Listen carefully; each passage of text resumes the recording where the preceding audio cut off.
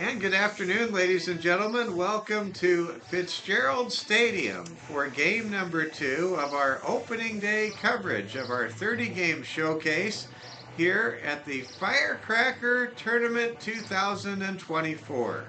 Well, good morning, everybody. My name is Mike Fell. Happy to be with you on Hard Hats TV as we bring you this special presentation between the Pinnacle Bank team from Papillion-La Vista in the southern part of the Omaha metropolitan area in Sarpy County. Shout out to all of you Pinnacle Bank fans watching our broadcast this morning from Rapid City. And we say hello to our friends who have come many miles to join us from the eastern seaboard. We say good morning and welcome yet again to our friends from Post 39 from South Kingstown, Rhode Island. It's like barely morning for them. Yeah, it's good afternoon, I guess, for all of you Rhode Island folks. Okay, it's almost high noon in Rhode Island. Well, we're glad you're with us. Earlier today, the game just completed. South Kingstown picked up the first victory of the Firecracker tournament with a 5-4 win in 7 innings. Congratulations to South Kingstown. Now they take on a formidable opponent from the Omaha metropolitan area, Pinnacle Bank. They are sporting the same maroon and gold and white color scheme as is Papillion High School's famed Monarchs program. And it's going to be a lot of fun as we get ready to bring you Rhode Island versus Nebraska here in Game 2 from the American Legion Tournament. Game 2 of our 6-game presentation that goes all the way through this evening. I want to give a shout out to my son, Oliver Fell. He's running the scoreboard for all of you, and hope you're enjoying the new home plate camera that was installed. And we're really happy that you can take in the game with that perspective that comes with this new high-tech camera. Now we're getting ready to exchange starting lineups. That's our cue to give you the lineups for this morning's game here from the City of Presidents, Rapid City, which is at the base of the beautiful Black Hills here in western South Dakota. Let's start with the visiting team for this game in this neutral site contest matchup. Leading off for Pinnacle Bank Papillion is second baseman Easton Schneider. Batting second, shortstop Alex Imig. Hitting third for Pinnacle Bank, Tanner Apgar. Tanner will play first base. Batting cleanup and playing center field, Trent Levicki. Batting fifth and playing the hot corner position, third baseman Parker Ingram. Hitting sixth for Pinnacle Bank, it's left fielder Ryan Thompson. Batting seventh, designated hitter Evan Eddy. Batting eighth, backing up home plate, Skylar Kreneski. And rounding out the starting lineup, batting in the 9-hole for Pinnacle Bank Papillion, it's right fielder Trevor Antoniak. So for Pinnacle Bank from Papillion, Nebraska, it's Schneider, Imig, Apgar, Levicki, Ingram, Thompson, Eddy, Kreneski, and Antoniak. And on the mound for Pinnacle Bank, earning the start this morning is Caden Sterling. Now for the Post 39 South Kingstown, Rhode Island American Legion Baseball Club, coming in with a mark of 1-0 after defeating the Post 22 Expos a few minutes ago, trying to get to 2-0 and get off to a hot start here in this Firecracker Pool Play Tournament. Let's look at the starting lineups here for Post 39. It's shortstop Brandon Westerfield. Batting second, playing center field, it's Jonah Monez. Hitting third for Post 39, first baseman Patrick Rule.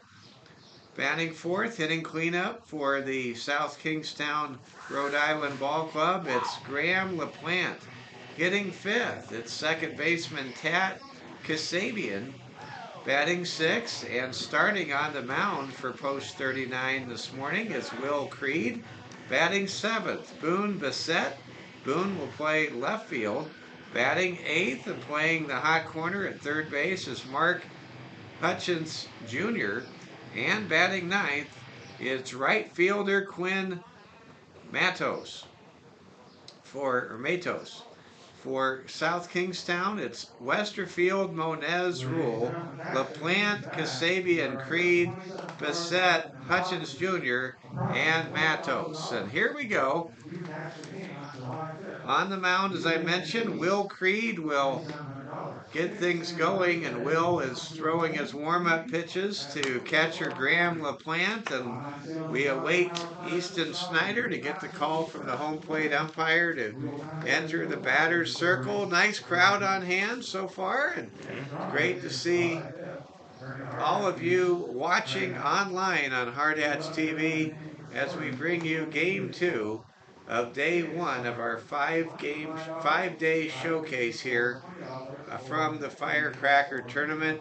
I'm going to give a shout out to Wayne Sullivan, General Manager for Post 22, for Darren Good, for Cindy Roach, for all the parents that are just working so hard to bring this tournament to its high standard, its high level of tradition that it is known for nationwide as one of the top tournaments being played in American Legion Baseball every 4th of July holiday season. Well, tomorrow is our nation's birthday. We celebrate the United States of America's 248th birthday coming up tomorrow, and we start the Firecracker tournament with a whole bunch of great exhibitions of America's pastime. And now we begin Game 2 here. Mike Fell with Oliver Fell. Here comes Will Creed's first pitch to Easton Snyder from Pinnacle Bank in the Omaha area, and we are underway. The first pitch paints the black on the outside corner for strike one. Easton Snyder waits for the second pitch. Easton with a very upright stance, kind of a Jim Eisenreich look.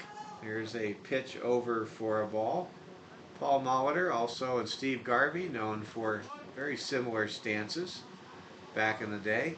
Here comes the 1-1 pitch from Creed. That ball is dribbled towards shortstop. Scoop, throw to first is going to get past the first baseman and go to the screen, and that will be 2 extra bases, as that ball was not handled smoothly at first base.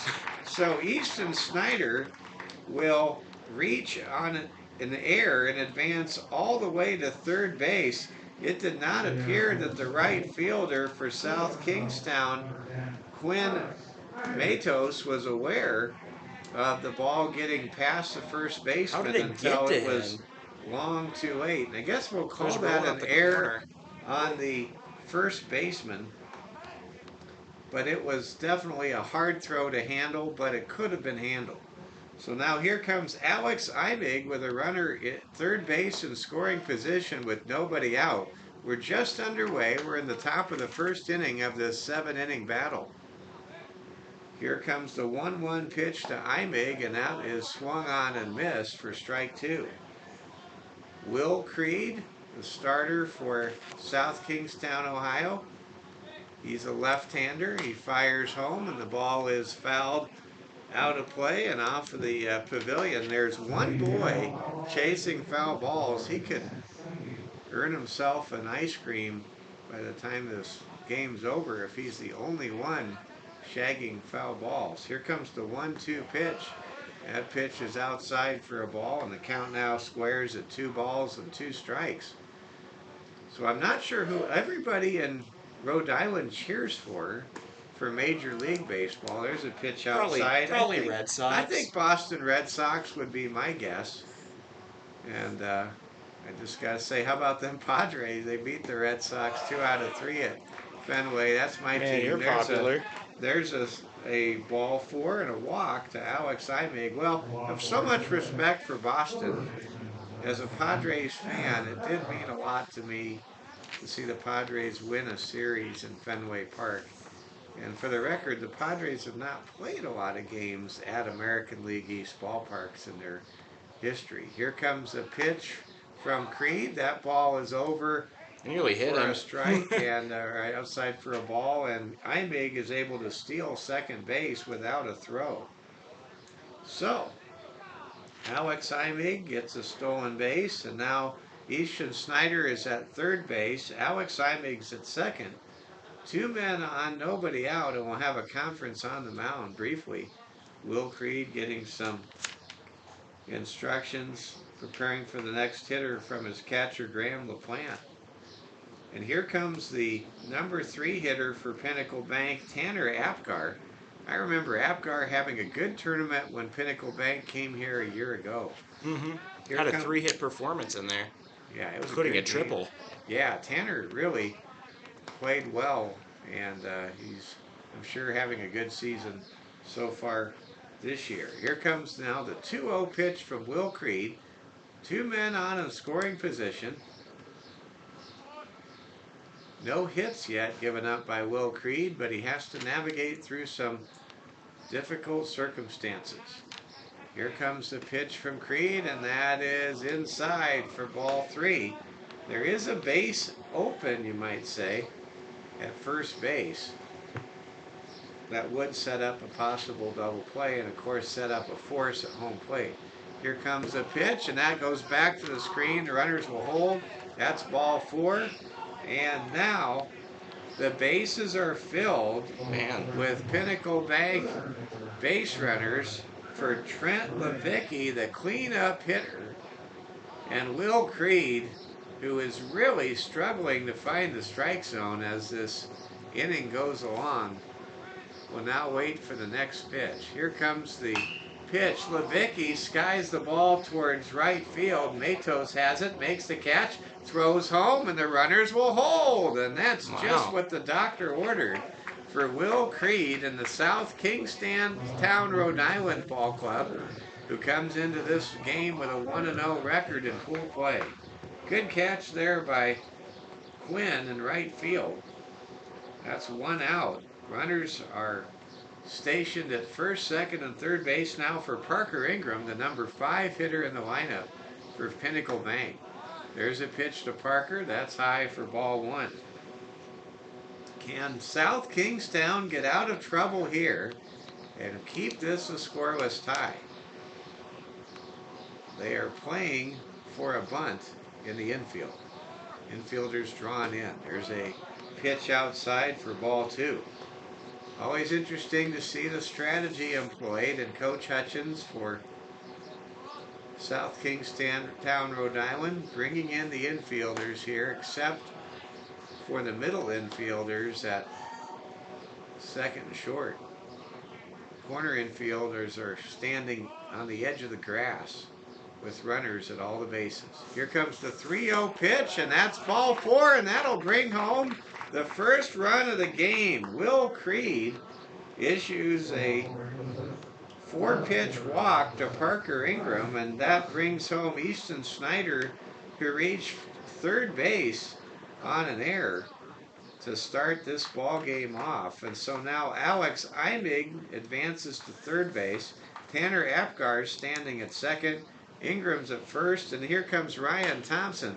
Thompson may ground into a double play. Throw to second is in time, but a run scores, and give credit where it's due to Parker Ingram. He had a good slide to take away the possible turning of a double play, and indirectly that represents an assist as Alex Imig is able to score from third base, and it's 2-0 in favor of Pinnacle Bank from the Omaha area.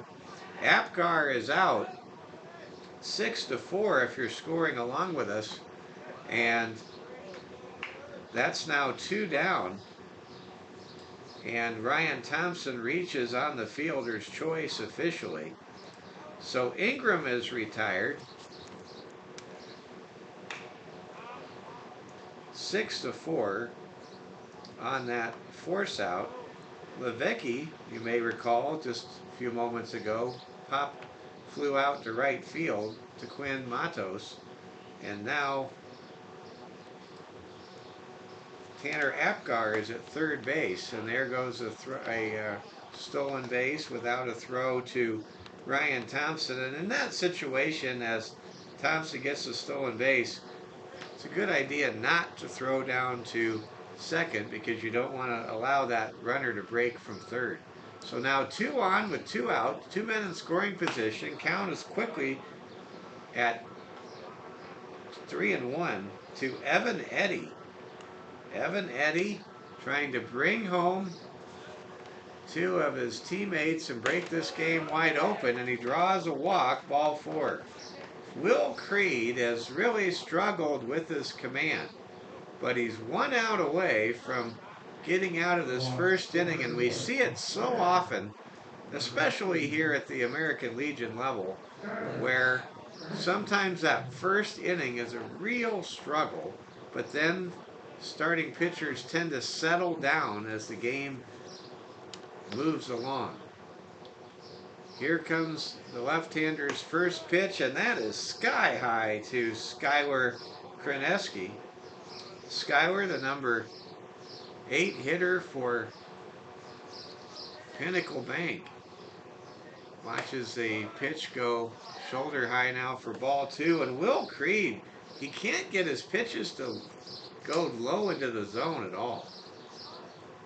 He's just, every single pitch is sky high. Here comes another pitch that catches the top edge of the strike zone for a strike. Count is now 2-1. Bases are loaded, 2 outs. Here comes the pitch from Creed. That's high for ball 3. Will Creed now in a very precarious position with the bases loaded and a 3-1 count to left-handed batter Skylar Kreneski.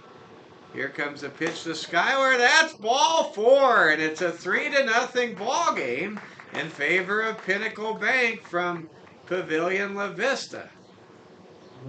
So that's an RBI for Skylar Courtesy Kreneski. runner. So we got a courtesy runner in.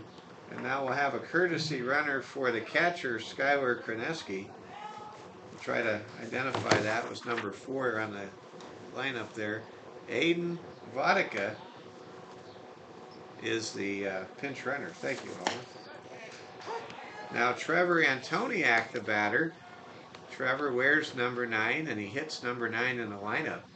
Like an old school player. He is ready. Yeah, very old school. It's ready to go here. Bases loaded. He gets a cut. Fouls the ball back to the screen, and the count is 0-2. It's the first time here in this inning that Will Creed has been able to get the opposing hitter down in the count 0-2. Here comes the pitch to Antoniak, and he fouls the ball away. Trevor taking his cuts in this 3-0 ball game. Moments ago, Tanner Apgar was able to jog home on a base on balls to make it 3-0. First 3 hitters all scored for Pinnacle Bank Papillion, but Thompson's now at third base, Evans at second, Vodka, the pinch runner, is at first, and Antoniak waits for the 1-2 pitch, and he fouls the ball away out of play yet again, and the same young lad able to chase down the foul ball. Nope, somebody beat him to it this time. You gotta be quick. You have to know your angles. Here comes a pitch. That's a high swing and a miss, strike 3, and the Pinnacle Bank Ball Club leaves them loaded, but comes through with 3 runs in the top of the first inning. Trevor Antoniak, the first strikeout and only strikeout victim of the top of the first. Hey, but Pinnacle Bank no-hitter. is able to bat around, and there were 3 runs. They were not earned. There were 3 hits. There were no hits. There was 1 error, and there were 3 men left on base. A very uneven first inning of action, top half of the first inning, but for South Kingstown, Rhode Island, who already won today 5-4 over the Post 22 Expos. They are very much a part of this game as they come to bat in the bottom of the first, trailing 3-0. Will Creed gives up some runs, but he never allowed anyone from Pinnacle Bank to get a hit off of him. And this game is still a 3-run ball game despite every single hitter in Pinnacle Bank's lineup coming to the plate to start things off here this morning. Well, good morning, everybody. Again, if you're just joining us, we're glad you're watching from Kingstown, Rhode Island. And I asked the Major League Baseball question earlier, and I don't know if more South Kingstown fans are Rhode Island Rams fans, or are they Providence Friars fans? That's a question. I was going to say the only time I've ever seen these two places match up before, Omaha area and Rhode Island, was the first round of the NCAA tournament in 2018 where Dan Hurley and the Rhode Island Rams beat us. I was sadly driving home with some friends at that time. It was a very sad moment. It was a 7-10 game. Yeah. Well, of course, Creighton plays Providence in the Big East twice a year, every year at the Dunkin' Donuts Center in Providence. Here comes the 1-1 pitch to Brandon Westerfield and CHI Health Arena in Omaha. Here comes the 1-2 pitch now to Brandon Westerfield. And Westerfield absolutely gives that ball a ride into the Post 22 home side bullpen. Man, That was some real power on that. Westerfield had an unbelievable game one. Went 3 for 4, 2 singles, one of them a bunt, and then a RBI double. Made some great plays at short. He's just been great. He's the only college commit of this crew going to Wheaton College in Massachusetts. Very distinguished school. Here comes the 2-2 pitch to Brandon Westerfield. On the mound for Pinnacle Bank, it's Caden Sterling. Westerfield keeps the hit parade going for himself this morning with a base hit.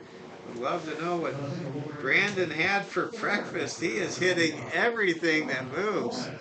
And that is a leadoff single for South Kingstown, Rhode Island. Here comes Jonah Monez. Monez possesses good speed. That's why he plays center field. He's now the number 2 hitter in the lineup in this 3-0 ball game. If you're just joining us, Pinnacle Bank was able to bat around in the top half of the first, but they left the bases loaded.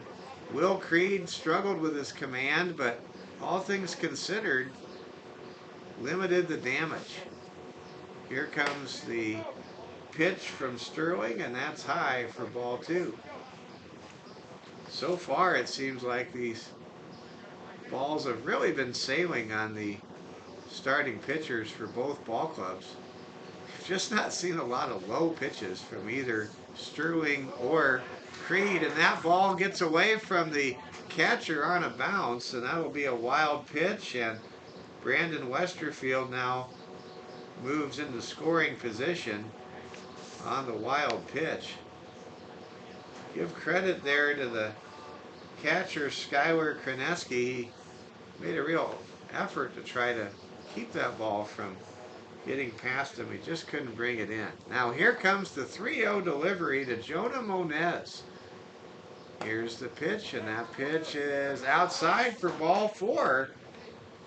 And this game, this inning, looking suddenly like the bottom of the first, looking a lot like the visiting half of the first, as instantly runners are on base before any outs are recorded. Now here comes Patrick Rule. We don't know if he's related to Nebraska's head football coach, Matt Rule. Maybe he is. Matt Rule's from the East. There's a pitch back to the screen. It's a little bit of a stretch, but maybe. Matt Rule, who coached very well at Temple and Baylor before becoming the Carolina Panthers coach and having to deal with the Baker Mayfield experiment before going into college coaching at Nebraska. Here comes the pitch. There's a foul ball. I know my son You can't Oliver pin it on thinks a Baker. lot more about Baker than You I can't do. pin it on Baker. So now the count goes to 0-2. Who did he have to throw to? Robbie Anderson, who hated his guts. Ian Thomas, who made me half a year of DJ Chark. Tommy Trimble. Oh, good point. Tommy Tremble, elite receiver. Tight end. Tight end. All right, here comes the 0-2 pitch now to Patrick Rhode.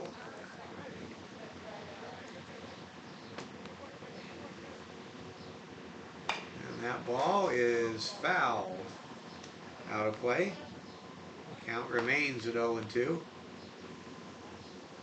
You may wonder, what are the noises going on? Well, the city of Rapid City right now, they moved their recycling center for this Firecracker tournament, but they didn't get all their work done on time. And they're making a lot of noise. There's a swing and a miss, strike one for the first out of the inning. We appreciate our, and they really are a great crew, great city crew, the city of Rapid City, but they wanted, I think, to clear everything out so they wouldn't have all this noise, background noise. But if you hear the sound of heavy machinery backing up with that beep, beep, beep sound, that's what you're hearing. Here comes the pitch now to Graham LaPlante, the cleanup hitter for South Kingstown, Rhode Island. We have 2 on and 1 out. Here in the bottom of the first inning, Westerfield is at second. Moniz is at first. On the mound is Caden Sterling. Sterling looks back to second, now fires home and hits the outside edge for strike one. Caden Sterling, he's been locating most of his pitches. He's definitely been more sharp than his opposing starting pitcher here in the first so far. There's a pitch inside for a ball. Graham LaPlante, if he could get a base hit here, could put post 39 on the board. Bring some smiles all the way back to Rhode Island. Here comes the 1-1 pitch. That's over for a strike. Count now 1-2.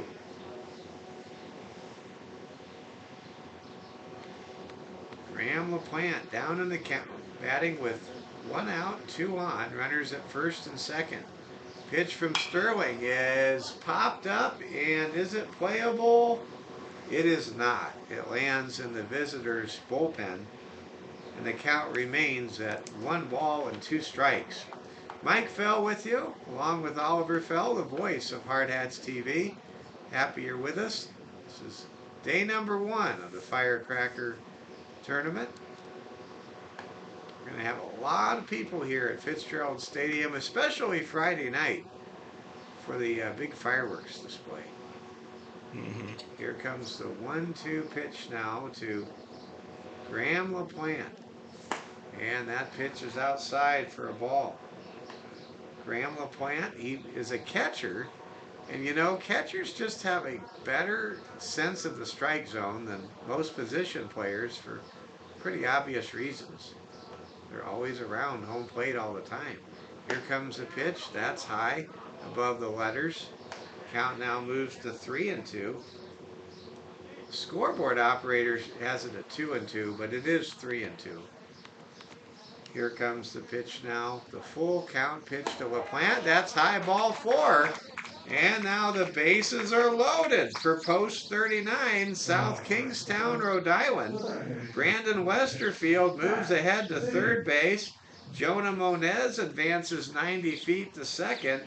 LaPlante, with that base on balls, free pass, is at first. And here comes Tat Kasabian. Tat, right-handed hitter, will bat with the bases loaded in this 3-0 game.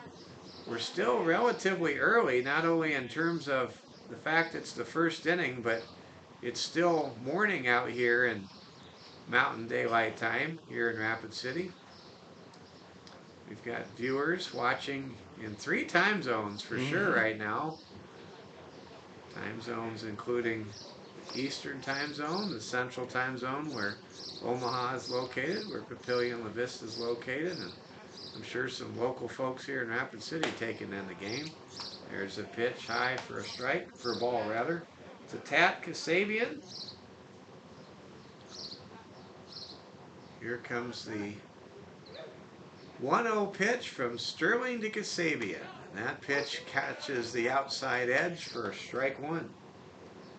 Only one out, bases are jammed with post 39 Rhode Islanders. Here comes a pitch. That ball is struck to left field. That might drop, and it will, and that'll score a run. Maybe two as the ball goes past the left fielder all the way to the warning track. Oh. They're going to send another runner home, and he is out. He just barely got tagged. That was a very aggressive decision to send three runners on a base hit to left center field that skipped past the left fielder. So it's a 3-2 ball game. Good tag was made right there by Skylar Kreneski just in the nick of time. He barely got him if he did. To get Graham LaPlante on a 8-2 putout for the second out of the inning. But Brandon Westerfield and Jonah Moniz score, and we have a 3-2 score here in the bottom of the first inning with Will Creed trying to help his own cause, trying to tie this game with Tat Kasabian at third base. Tat able to record a base hit and then advance all the way to second on the air by the left fielder, and then advance to third on the throw home. And a very exciting sequence. Certainly, if they could do it again, South Kingstown, Rhode Island would have put the brakes there and kept the runners at second and third with one out. Instead, there is a man at third in the person of Tat Kasabian for Will Creed, and Creed facing a full count now, 3-2. Swings and misses for strike three, and Pinnacle Bank Papillion, thanks to an outstanding outfield assist on an aggressive decision at third base, able to maintain the lead as Will Creed becomes the second strikeout victim for Pinnacle Bank starter Caden Sterling. So to recap the bottom of the first inning, a very eventful home half of inning number one for post 39 South Kingstown, Rhode Island. There were 2 runs. There were 2 hits. There was 1 error, and there was 1 man left on third base. Through 1 inning of play here in Game 2 of our opening day Firecracker showcase here from Rapid City, South Dakota, it's Pinnacle Bank 3 and Post 39 2. You're watching Hard Hats TV. Man, that was an exciting inning, especially considering that all 5 runs that scored were not hits that got on. They all got on via walks. So a lot of plate discipline going on in this game, something like 6 walks total. I'm on that tag. The catcher was a little bit outside the base paths, so was the runner. But he swiped at it and might have just gotten one of the folds of his shirt. If that would have been a play where even if you had a million camera angles, I think that is so close that you wouldn't have even had it would have had to go to whatever the person said at the start. It was a super close play. It was way closer than it felt like it was going to be. The problem was they had to send him because that runner was so fast and he was headed for third. That runner was already halfway to third by the time that guy touched third base. That's an outstanding point, Oliver. I didn't even consider that, but you're right. The batter on the play, Kasabian, was much faster than his teammate that was in front of him on that play, Jonah Moniz, and or rather Patrick Rule. That's a great point, Oliver, and that explains the decision that I was scratching my head about it for quite a while. So here we go. We now bring you the second inning. Mike fell with Oliver fell. Yes, we're father and son. We're happy you're with us as the first pitch is fouled off of the light tower in between the home dugout and home bullpen Nobody's hit a light on the yet. bottom of the berm here down the left field line. Leading off, it's leadoff hitter Easton Snyder. Snyder able to reach on a error at first base back in the first inning. That opened the gate for what was a 3-run, no-hit start for Papillion. Easton Snyder waits for the 1-2 pitch. There's a swing and a miss, strike 3, and Will Creed off to a much better start, picking right up where he left off. He finished off the visiting half of the first inning with his first strikeout last inning, and now he rings up Easton Snyder for his second K and as many opposing batters, and now there is one down and nobody out for Alex Imig. Alex walked, stole a base, and scored in inning number 1. Now we have dust kicking up everywhere. Yeah. As There's the like some city of Rapid City continues like to skid lifters or clear the something. area. And this is all done to create more parking, by the way, and to prevent a lot of traffic as people will bring their recyclable items and tree limbs and so forth in for recycling. Plus, foul balls go over there. You don't That's want your true. car hit. Yeah, That's that's a I good mean, point. normally that's not an issue, but with how many games we're playing, maybe. And during the day, too. Yeah. You know, for some people, it's a big part of their day to just bring their tree limbs into the recycling site here at Fitzgerald Stadium. Count is 2-2 now to Alex Imig with 1 out, and that is actually going to be ball 4. Got a little thrown off there. The scoreboard operator was just a tad behind on the balls and strikes on the count. So Alex Imig, for the second time in as many innings, reaches first base on a walk, issued by Will Creed, the starter for South Kingstown, Rhode Island. That's post 39. 39, a good number. Legendary St. Louis Rams running back Steven Jackson wore number 39. Tanner Apgar now the hitter. Waits for the pitch from Will Creed.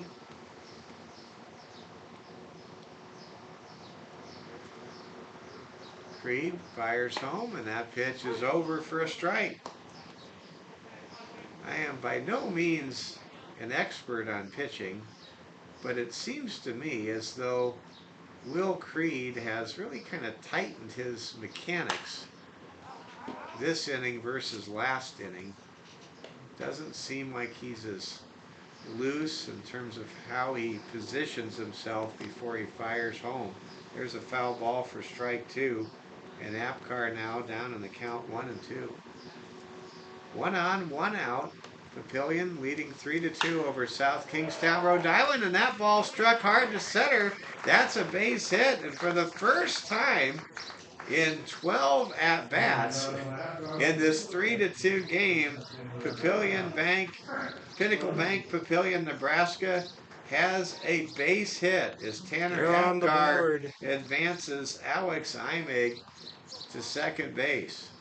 So the no-hitter is gone here in the top of the second inning. And now here comes Trent Levicki. Levicki flew out to right field with the bases loaded in the top of the first inning, and there's a swing and a miss by Levicki for strike 1. Well, Will Creed has been getting ahead of hitters recently. Let's see what that means here, and there's a wild pitch, maybe a pass ball. I think we'll call it a pass ball, actually. It never hit the dirt, just kind of came off the glove, and runners advance into scoring position for Pinnacle Bank. Alex Imig goes from second to third. Apgar goes from first to second. And now Trent Levicki with a 1-1 count after that pass ball that came from catcher Graham LaPlante. Count is now 2-1. And that pitch is popped up and playable, called for by the center fielder. That is going to be a catch and out number 2. Good solid play made there by Jonah Monez. Monez came in quite a ways to make that catch, the second out of the inning, and now there are runners at second and third with 2 outs for Parker Ingram. Ingram drew a walk and was thrown out at second his first time up. Parker Ingram with a bases loaded walk and an RBI back in the first. You can see all the dust that was I know, it's starting to like get to me. And there's a hit by pitch, and now Ugh. the bases are loaded as Ingram. The screen has noticeably become dustier for everybody, even on the broadcast. It's starting to get in here. Again, you wonder why they couldn't have been able to get that work finished yesterday. Why do we have like skid? It should have. I really think it should have been done yesterday. Why do we have like skid loaders? So we have the bases loaded now. Ryan Thompson now the hitter. Thompson stole a base back in the first. Reached on a fielder's choice. Did not score. Pitch to Thompson with the bases loaded. And this is the 3rd time in just here the 2nd inning that Pinnacle Bank has loaded the bases against South Kingstown post 39 starter Will Creed. Ryan Thompson down in the count, 0-1 with 2 outs here. And there's a pitch and a foul back for strike 2. That ball lands on top of the pavilion. And now Will Creed is 1 strike away from somehow, some way threading the needle and keeping this game 3-2. Here in the top of the 2nd, there's a pitch just outside for a ball. That was close. And now we have a tying of the shoe for Pinnacle Bank's Parker Ingram at first, and we'll have a delay as Parker makes sure his shoelaces are properly fastened. Here comes the 1-2 pitch now to Ryan Thompson from Will Creed, and that ball is lifted foul past the visiting dugout. And count remains at 1-2 strikes to Ryan Thompson. Can Will Creed pull off a Henry Houdini act? He can! As that ball is caught by Will Creed on the mound for the 3rd and final out of the home half of the 2nd inning. What a smoke shot by Ryan Thompson right into the glove with the cat-like reflexes of Will Creed to retire the side here in the top half of inning number 2. So Pinnacle Bank loads the bases yet again, but this time comes up completely empty. There were no runs. There was 1 hit, and there were no errors, and there were 3 men yet again for the 2nd consecutive inning stranded on base through an inning and a half here at Fitzgerald Stadium in Rapid City. It's Pinnacle Bank 3, Post 39 South Kingstown, Rhode Island 2. You're watching Hard Hats TV. Wow, hang a star on that one. That was something special indeed. That is possibly going to come back as one of the most impactful plays of the entire season, or at least this entire tournament for this team. That's a complete momentum shifter and saves you at least a run, probably 2.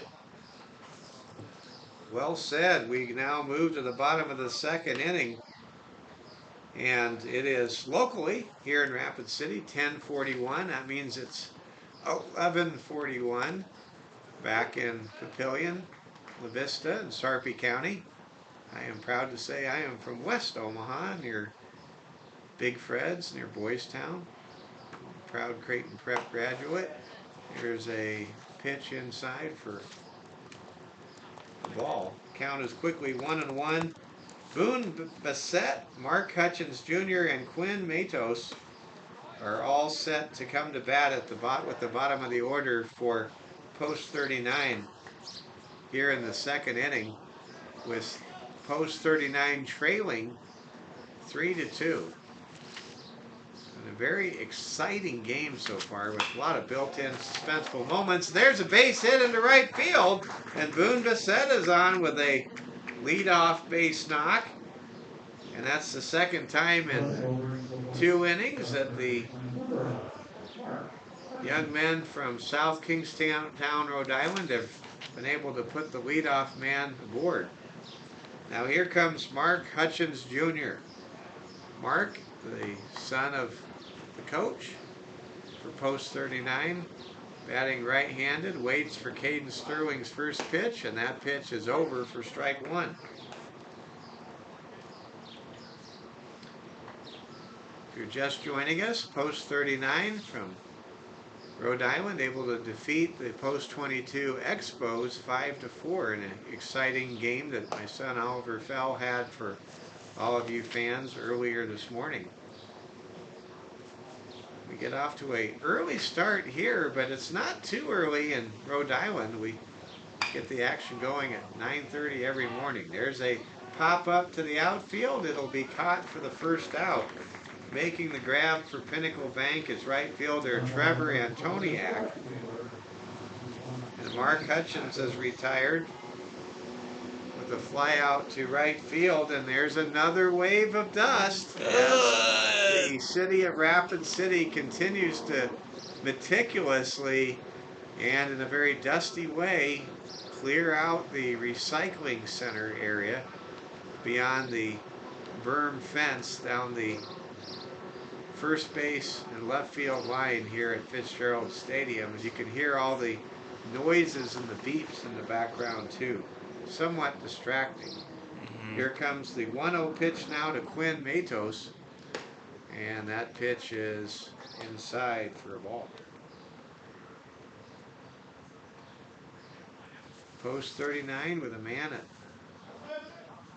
first base, just 1 out. We're here in the bottom of the second. Pinnacle Bank from the Omaha, Nebraska area leading post 39 3-2, and kind of referenced it earlier. You wouldn't think that Omaha and Rhode Island would have a connection sports-wise, but they really do, because Creighton and Providence are Big East foes every year. Creighton's been in the Big East now for 10 years.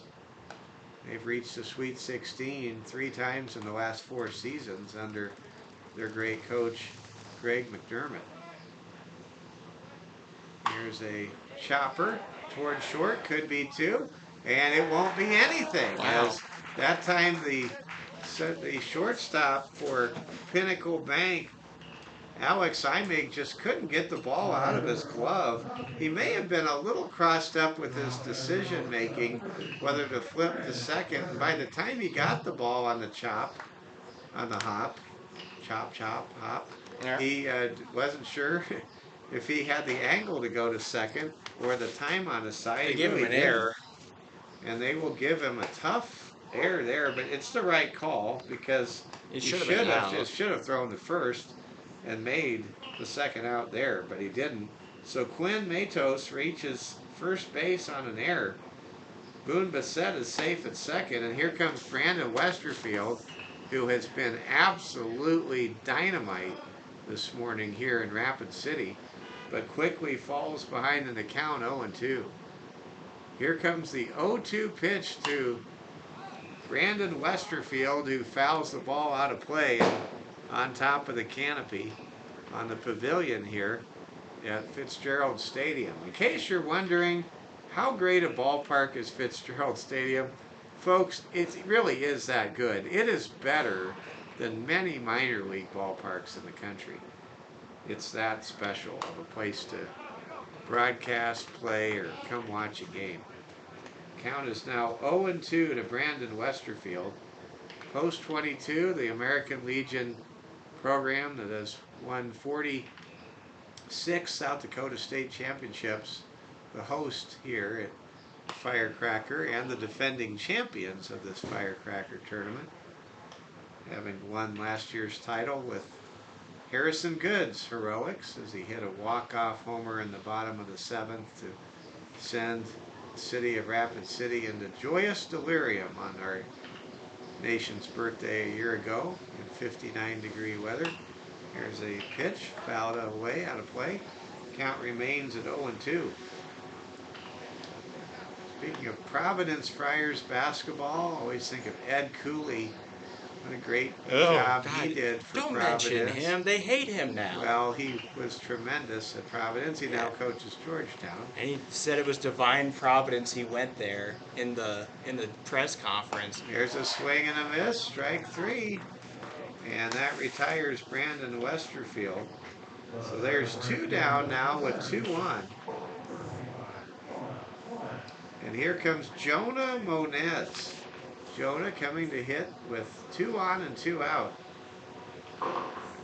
Ed Cooley, by the way, did lead Providence to a Big East tournament title or 2. I know he beat Creighton in Creighton's first Big East tournament championship game back in 2014. Here comes a pitch, and that's over for a strike. Count is 1-1 to Jonah Monez. Monez was able to walk and score his first time up. We're just in the bottom of the 2nd. We sure have had a lot of at-bats and pitches to this point. And the score right now stands at 3-2. We have not had a lot of hits. We've only had 3 hits for Post 39 and 1 hit for Pinnacle Bank Papillion, Nebraska. Here comes the 1-2 pitch now to Jonah Monez from Caden Sterling. And that ball is over for strike 3. And that wraps up the bottom of the 2nd inning. So to recap the bottom of inning number 2 for the 1-0 Post 39 South Kingstown, Rhode Island American Legion Ball Club. There were no runs. There was 1 hit. There was 1 error committed. And there were 2 men left on base. Through 2 innings of play here in Rapid City in Game 2 of Day 1 of the Fitzgerald of the Firecracker tournament here in Rapid City, it's Pinnacle Bank Papillion, Nebraska 3 and Post 39 South Kingstown, Rhode Island 2. This is Hard Hats TV. All right, so last year we only had an 8-team field. This year we have a 10-team field. Thanks to, Coach Sullivan adding some more teams in. We did have to bring the Expos back because one of them dropped out. But we have 9 teams here. I believe 4 of them are new. The Scott team, the Bellevue West team, this Rhode Island team, and never mind, so only 3 of them are new. But it's exciting. We got 3 new faces, 2 Omaha area guys, and then Rhode Island.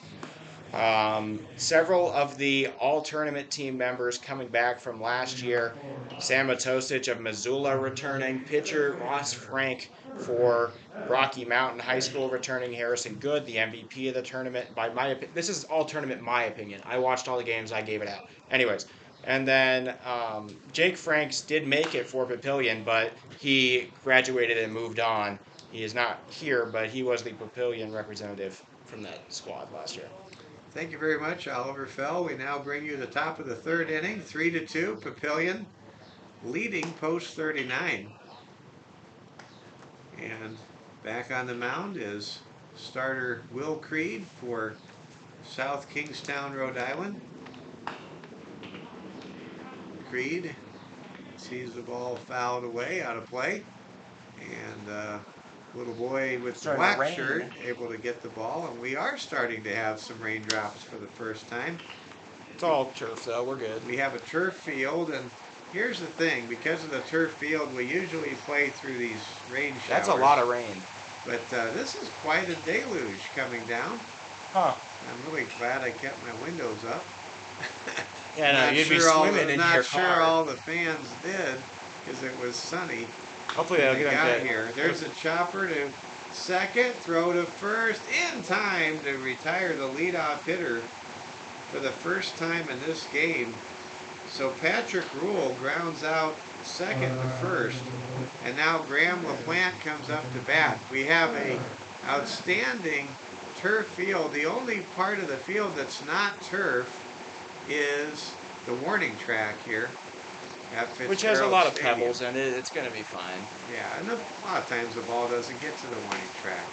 And now the rain really coming down. It probably feels kind of good, honestly, for these players. Well, and at least the dust is going to be grounded. That's right. The dust is being put to rest, and I'm not sure the city crew driver even knows what to do now.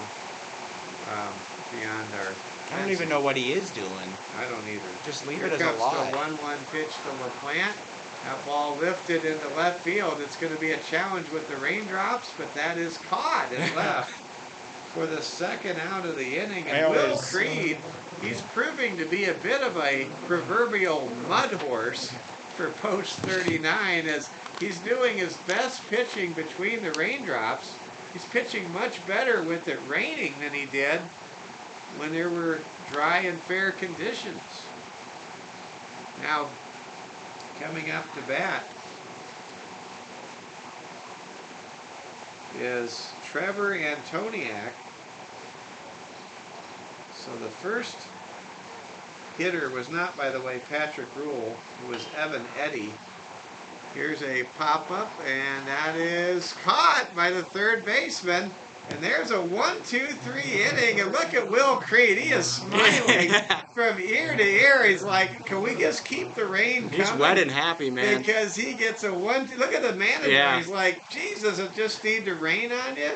You wonder if Will Creed's going to get a Gatorade bath before he goes out there the next couple of innings.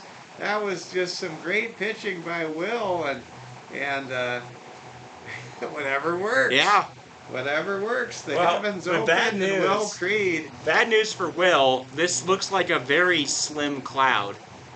And that on the other side of it, assuming it doesn't continue forming clouds, which I have seen, as long as it doesn't continue, I don't anticipate this rain going on for more than about 5 minutes more. Well, it was a 1-2-3 inning. No runs, no hits, no errors, no men left on base. And Pinnacle Bank remains in the lead 3-2 as we head to the bottom half of the third inning. Coming up to bat, it'll be Patrick Rule, Graham LaPlante, and Tat Kasabian. And back for his third inning of duty will be Caden Sterling, the starter for Pinnacle Bank. And we will keep playing. And the rain is still coming down. And you talk about isolated rain showers. You can see blue sky in every direction, Yeah, including it's behind just a us. strip of It's clouds. just a very isolated summer shower here on the day before Independence Day here at Fitzgerald Stadium. Ooh, look who's here. It's the Azteca. And the Pueblo Azteca team is in the house. They will be coming up to take on. They're probably coming up next, I believe, to take on Omaha Scott. They're probably a little disappointed they missed the dust. Maybe. They have Pueblo, a very dusty place. Very dusty place. All right, here comes a pitch to Patrick Rule, and the ball is lifted foul. We have a little bit of a mystery. Is Patrick Rule related No to way. Nebraska head football coach Matt Rule, who is from New Jersey? I think it's possible. I think Patrick Rule could be related to the Huskers head coach. Of course, you and I are big Nebraska fans, Oliver, so. And this is going to be a breakthrough year for Nebraska, especially with superstar freshman quarterback Dominic Raiola picking Nebraska over Georgia to play in Lincoln. There's a pitch over for a strike. Count now 2-2.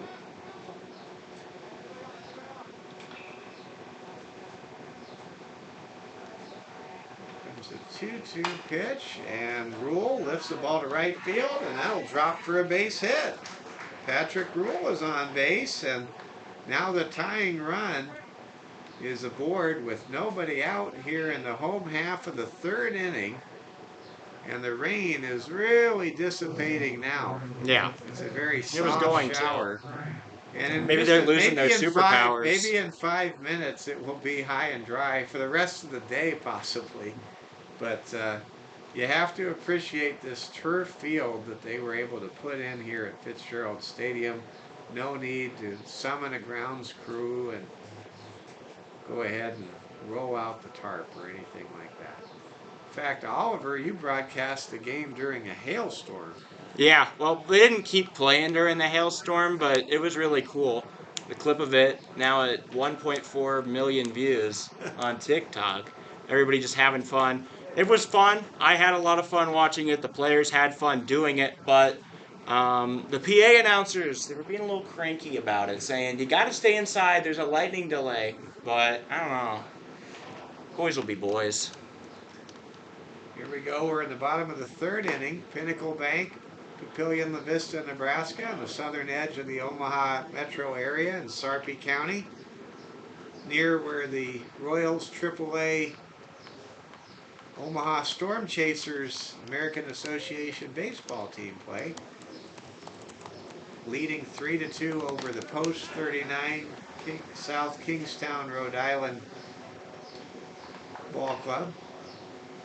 Count is quickly 3-0 now to Graham LaPlante. LaPlante walked his first time up, and he may very well receive yet another Caden Sterling free pass in a moment. Here comes the 3-0 pitch, and that's high for ball 4. And Post 39, they have something brewing. 2 on with no out. Graham LaPlante, with that walk, able to push Patrick Rhule into scoring position at second base. And here comes Tat Kasabian, who had a base hit and was able to advance on an error in left field and on a throw home, which was an effective and a very pivotal outfield assist if you're just joining us back in the first inning. And Kasabian now trying to go 2 for 2 here with 2 on and nobody out against Caden Sterling in Pinnacle Bank, Nebraska. Here comes the 1-0 pitch, 0-1 pitch to Kasabian, and Kasabian puts down a bunt but fouls it back and out of play above the netting and into the crowd. So the count now 0-2 from Sterling to Kasabian.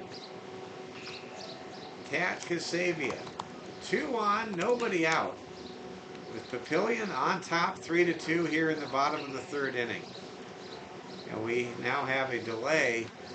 The background noise so loud from the City of Rapid City crews clearing the recycling center to make room for more parking places. There's a base hit that will potentially tie the game. Here comes a throw home. Play at the plate is not going to be in time. No, it's slippery though. Off of first base, but gets back to first, and we are all tied.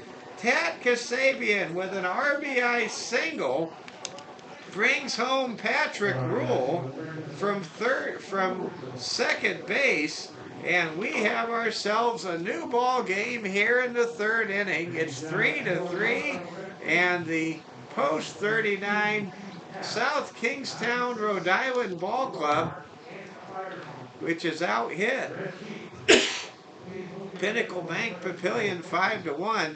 Now with runners at the corners and no out, sending Will Creed to the mound with a chance to give him his own pitching status, a chance to be the pitcher of record in the lead if he can go long enough. It's doing the thing. It's printing more cloud behind this cloud. They call that build back.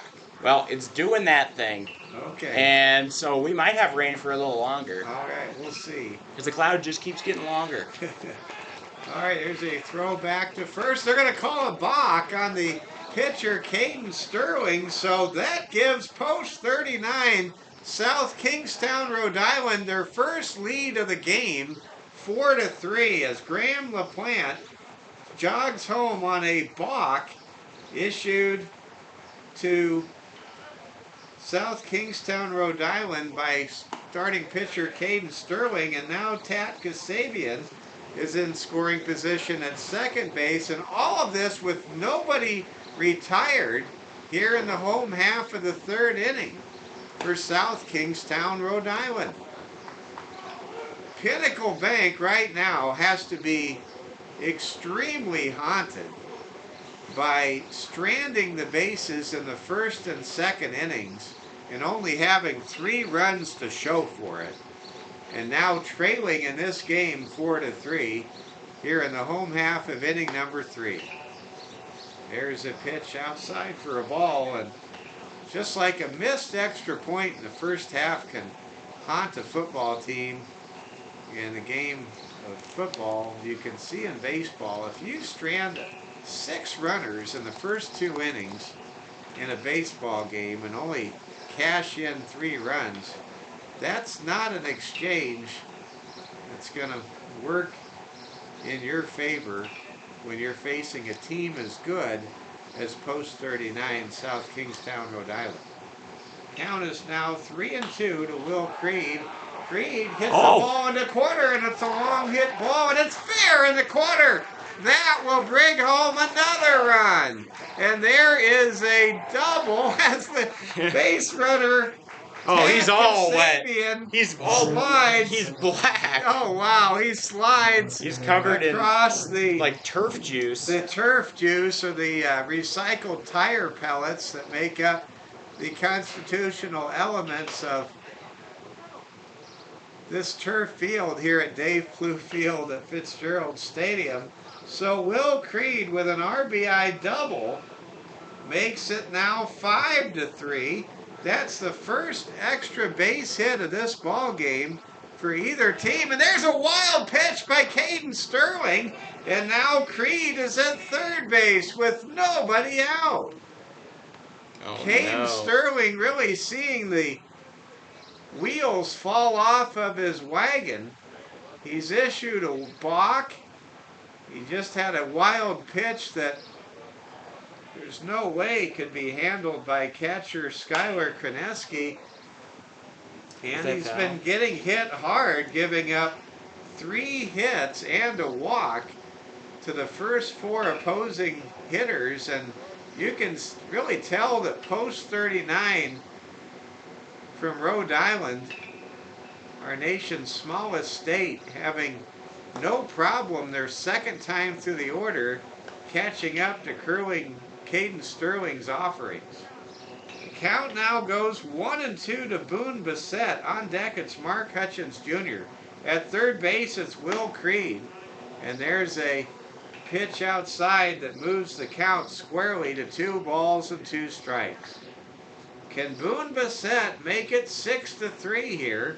At one time, not that long ago, Papillion led 3-0, but Post 39, they have rallied to plate a handful of runs and take a 2-run advantage here in the bottom of the third inning. The rain, by the way, has finally stopped here at the ballpark. That's not true. I don't see the rain. Look at the... Oh, it's very, very light. It's sprinkling. It's sprinkling. There's a swing and a miss, strike 3, and Boone Bissett is recorded as the first out. That's the 5th strikeout victim for Caden Sterling this morning. And 7 outs. Here comes, 5 strikeouts in 2 1/3 innings for Caden Sterling so far. Here comes Mark Hutchins. Mark flew out to right field his first time at bat. With 1 out, any type of hard contact should bring home Will Creed from third base and potentially double up Pinnacle Bank, Papillion-La Vista. Here's a swing and a miss, strike 2.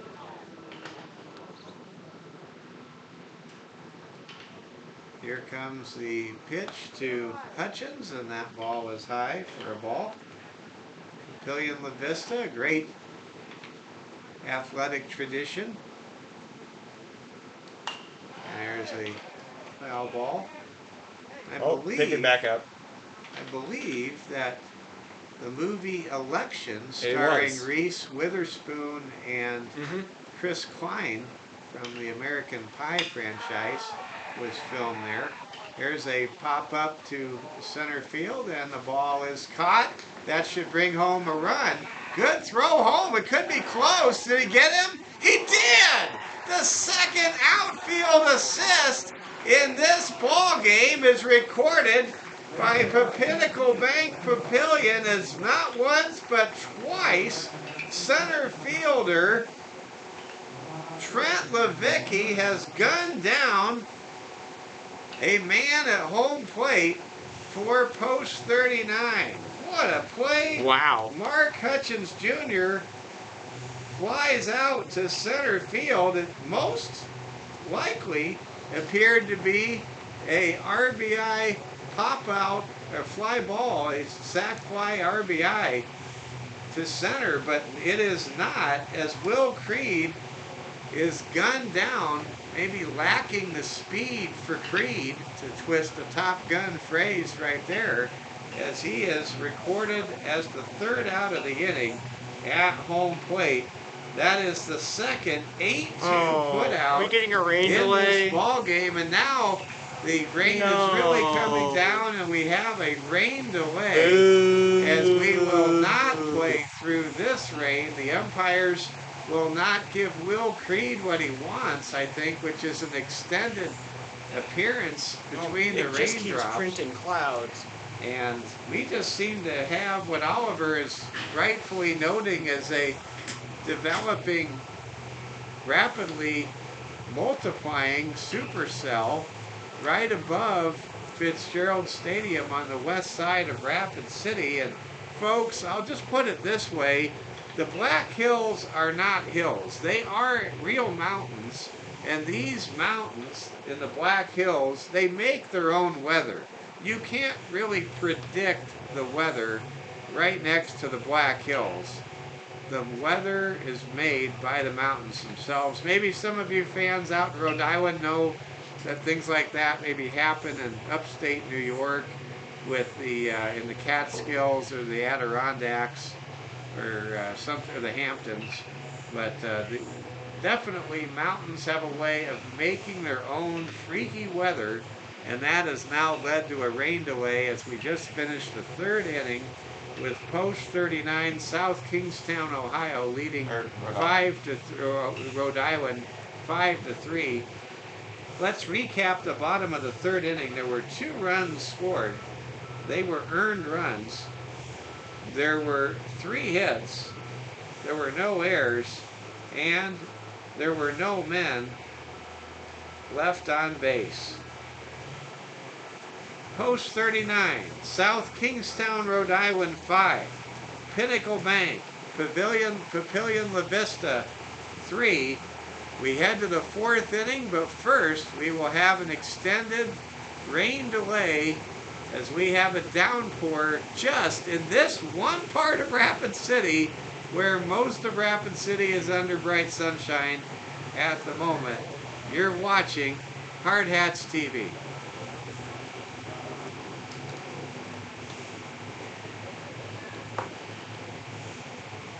I'm using my little graphic because I made it. All right, nice graphic, Oliver. Mike Fell with all of you. We're happy you're here along with us, and we have 6 games to bring you, and certainly all of this rain activity does not help get some of these games started at their designated times. We'll see how long this rain delay lasts, and this game has not been a fast-moving game. The first game was won by Post 39 from South Kingstown, Rhode Island by a score of 5-4. That game brought to you earlier, and it is archived on YouTube, so if during this rain delay you're a big fan, you want to go back and watch that first game, maybe that's what you should do. When I grew up watching cable television in Omaha, if it was an afternoon rain delay at Wrigley Field on WGN in Chicago, WGN would show us an episode of Norman Lear's Good Times, and I wish I could just show everybody some good times from CBS back in the day, but can't do it. We cannot show you licensed situation I know how to comedies do during these rain delays. You do? I know, yeah, but Wow. we get copyright Okay, strikes. all right. Well, that was always. I could make it happen. Yeah. Also, Hee Haw was shown during many a rain delay as well. Like the noise that a donkey makes? No, well, that's true. But Hee Haw was actually a great comedy that was on in the 60s and 70s. It was a country music style comedy featuring the legendary Roy Clark. 5-3 our score. Post 39 leading 5-3. Mike Fell, Oliver Fell with you, and we are now doing what you call fill, where we fill in until we resume action. And I have been told that I am a walking rain delay, Oliver, because I can talk just about anything at any time with some level of entertainment value. All right, so I guess we'll just go over, because, I don't know, some of you are new to this. Here is the schedule for today for all of the games that we've got. We already did South Kingstown versus the Expos. That was a 5-4 close contest. Oh, look, they're shoveling water out of the dugout. Look at that. Oh, what has he got? He's got like a cup. He's got one of the little cups, and he's using it to get some of the water out of the dugout. Got great drainage on the stands here, but the rest of it maybe not. Then we've got this game here, Pinnacle Bank versus South Kingstown. Then the Azteca. This really is like a monsoon.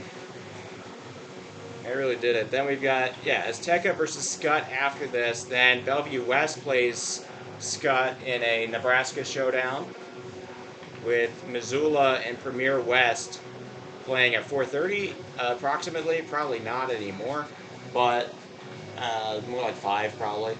And then the Hard Hats versus the Lobos at maybe, I don't know, 7:30.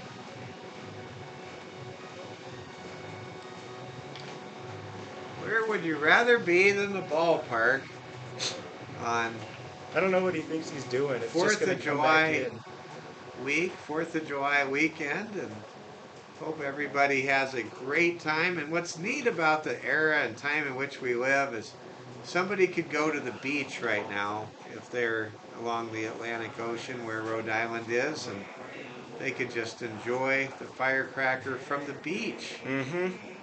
I mean, do they have real beaches, or are they like rocky No, beaches? real beaches. I think so. Like sand beaches?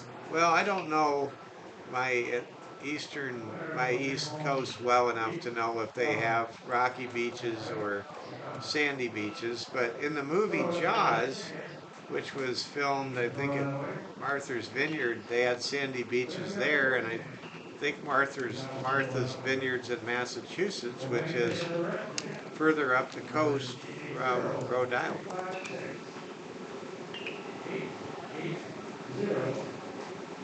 They're talking about,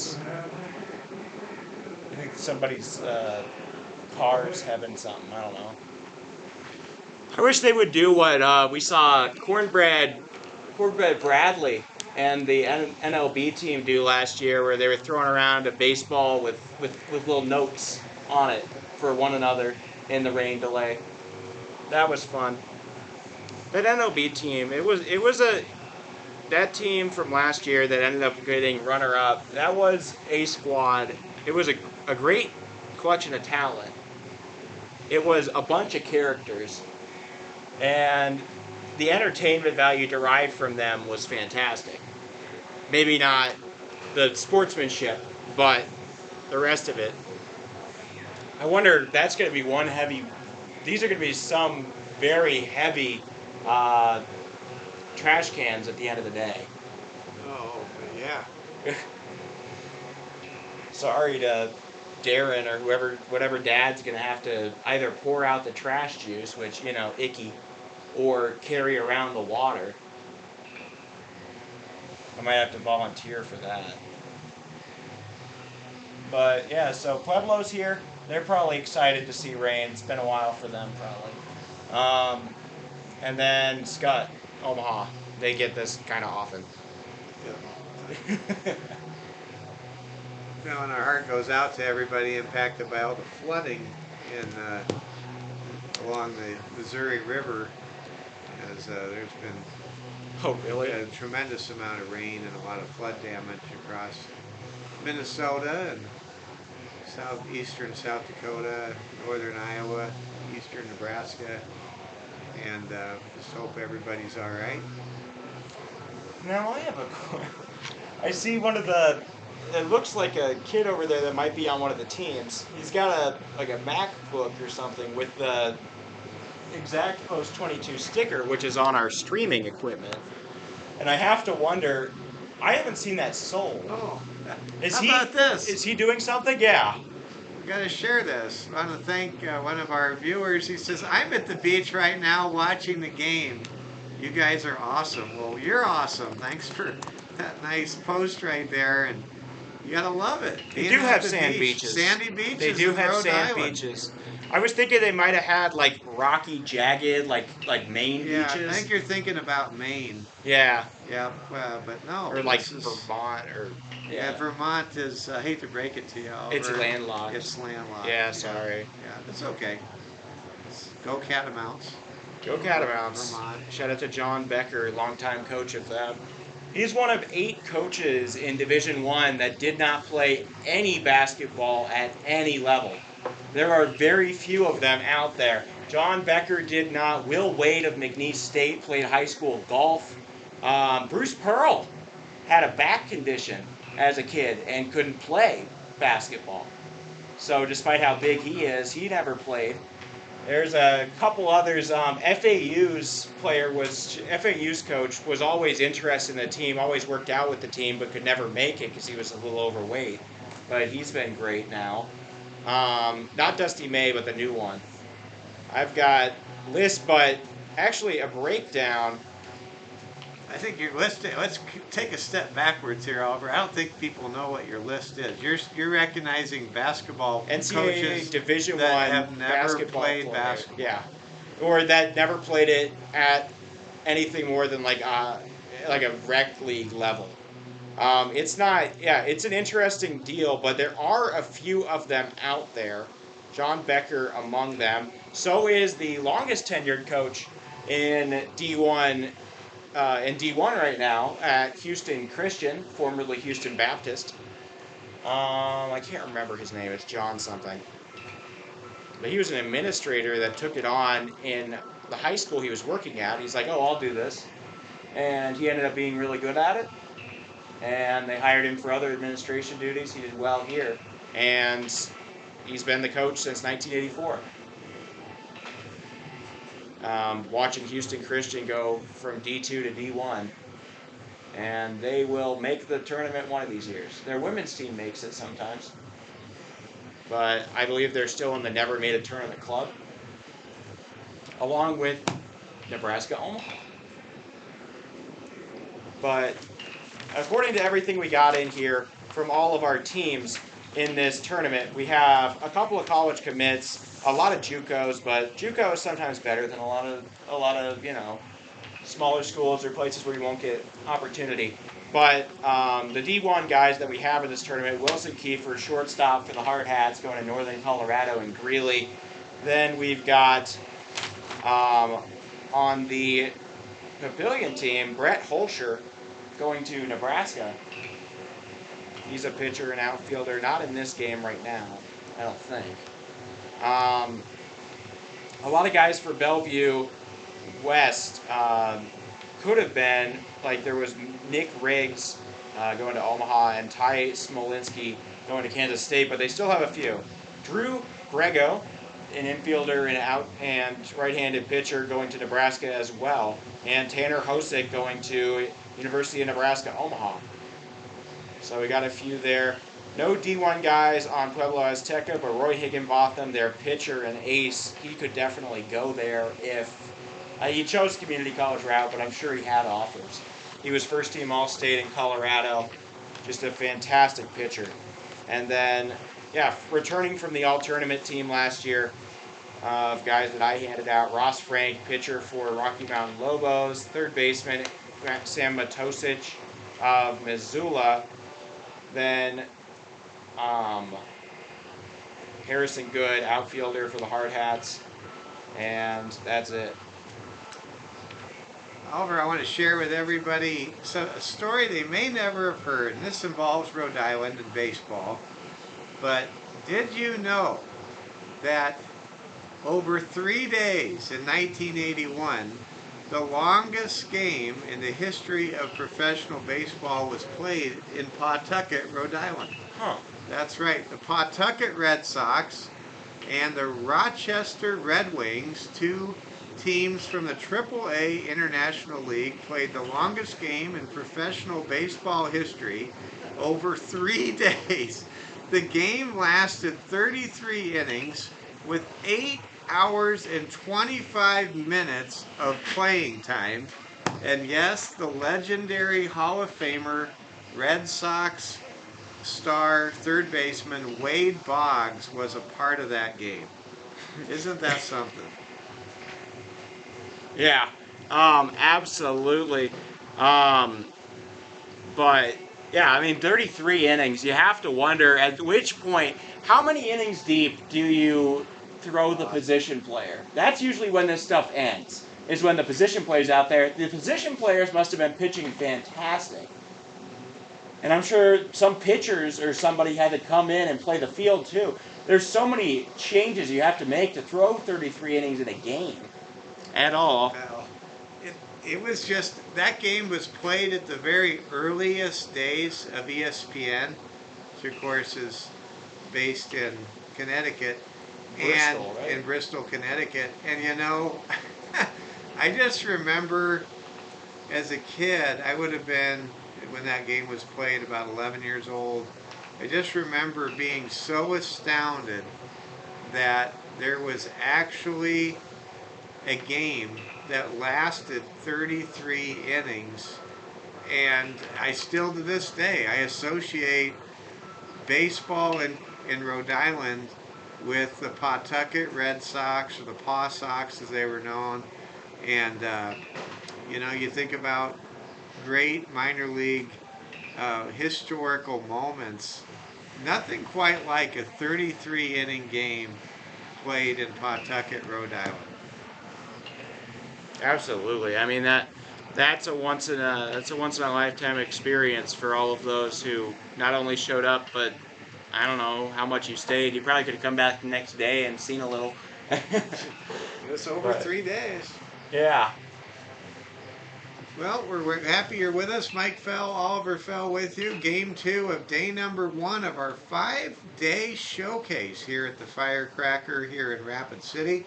Happy to have all of you with us. We're currently wrapping up what appears to be the end of a rain delay. Of course, we'll have to give the starting pitchers a chance to throw a few warm-up tosses, but we are heading to the top of the 4th inning with post 39 South Kingstown, Rhode Island leading Pinnacle Bank Papillion-La Vista 5-3. The real story to this game is that Papillion failed to cash in a number of opportunities in the top of the 1st and top of the 2nd innings. They only were able to score 3 runs despite loading the bases and leaving the bases loaded in the first 2 innings. And now Will Creed has really settled things down, the starting pitcher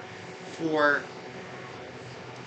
post 39 from Rhode Island, and that has opened the door for post 39 to stage a comeback. And man, have they staged a comeback, as the post 39 South Kingstown, Rhode Island American League Baseball Club scored 2 runs in the bottom of the 1st and then 3 runs in the bottom of the 3rd to take a 5-3 lead. Now, if you're looking for some silver lining right now, if you're a Pinnacle Bank Yeah, it looks like we're getting out there. fan, you got to keep in mind this consideration, and that is for Papillion-La Vista, it could be much worse than 5-3 because not once but twice center fielder Trent Levicki gunned down runners at home plate in bang bang tag plays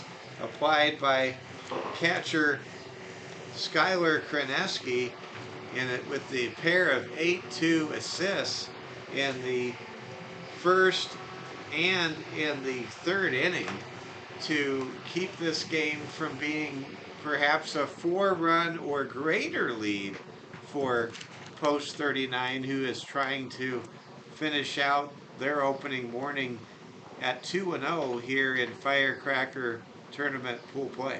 Yeah, it's a big moment. If they can, this is half of. I believe that everybody plays 4 games of pool play. I believe that's how that works. I have to double check the schedule, but this is almost, if not half, of their total games played. If they can get halfway perfect, they really set themselves up nice for the rest of the tourney. Plus, they play post 22 at the end, which, although a tough roadblock if they need to win to make it to the championship, could also mean a tune-up for who are currently the favorites in this tournament. Well said, Oliver. I want to remind you, coming up next, it'll be Omaha Scott Catholic High School. Scott, by the way, named after the longtime CEO of Mutual of Omaha Insurance Company, headquartered in my hometown of Omaha, Nebraska. My grandparents, Frank and Alice Eileen Walsh, worked together at Mutual of Omaha. And many of you know Mutual of Omaha by the Mutual of Omaha Wild Kingdom television show starring the late great Marlon Perkins and Jim. And people still joke about how Jim... Is that the monkey? No, Jim was the assistant who had to tranquilize wild animals and jeopardize his life and limb every episode when Marlon talked about what was going on. It was often very funny, like Jim is now going to tranquilize the shark.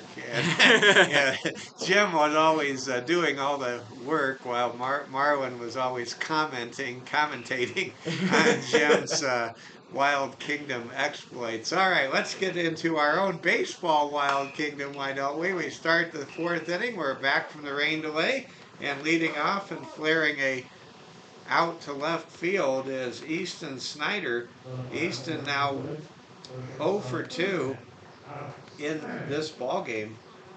Nice catch there made without much suspense or duress by post 39 left fielder Boone Bassett. Now here comes Alex Eimig. Eimig pops it up, called for by Will Creed, and Creed makes the catch for out number 2. You talk about a tremendous settling down. He's best when he's wet. Yeah, apparently he is best when he is externally hydrated, as that is definitely another great play by Will Creed. Now there are 2 down and nobody on for Tanner Apgar. Papillion Bank, Pinnacle Bank, Papillion-La Vista waits for the first pitch from Creed. That's over for a strike. Really, Will Creed, just almost unrecognizable since the very end of the 2nd inning. There's a wild pitch back to the screen for ball 1. But yeah, Will Creed had that 1-2-3 inning as the heavens opened and the rain showers came. Now the rain has stopped. The sun is peeking out from beyond the clouds. Rain has moved off to the east. It's over Box Elder, where we live. We'll have a wet lawn when we get home. Yippee. Here comes the 2-1 pitch to Apgar. I'll be honest. High. It's 3-1 now. It was not looking terribly green when I looked back, so it could probably use this. It could definitely use it. I don't have the regular patterns as a radio broadcaster to provide the lawn care I need to provide. There's a swing and a miss, strike two. Oh my Count goodness. is now 3-2. Here comes the Talk about swinging full for the count fences. pitch from Will Creed to Tanner Apgar, and there's a swing and a miss, strike three, and that's 2 consecutive 1-2-3 innings from Will Creed, and perhaps just as significant to note that 7 consecutive batters retired by Will, going back to that incredible bases loaded grab on that smash right at the pitcher's mound by Ryan Thompson back in the second inning. We are through 3.5. We're halfway through our 7-inning contest here at Rapid City. It's post 39-5 and Pinnacle Bank Papillion 3. This is the Firecracker 2024. Yeah, Papillion's got to start doing something. Apgar was swinging for the fences, that's for sure.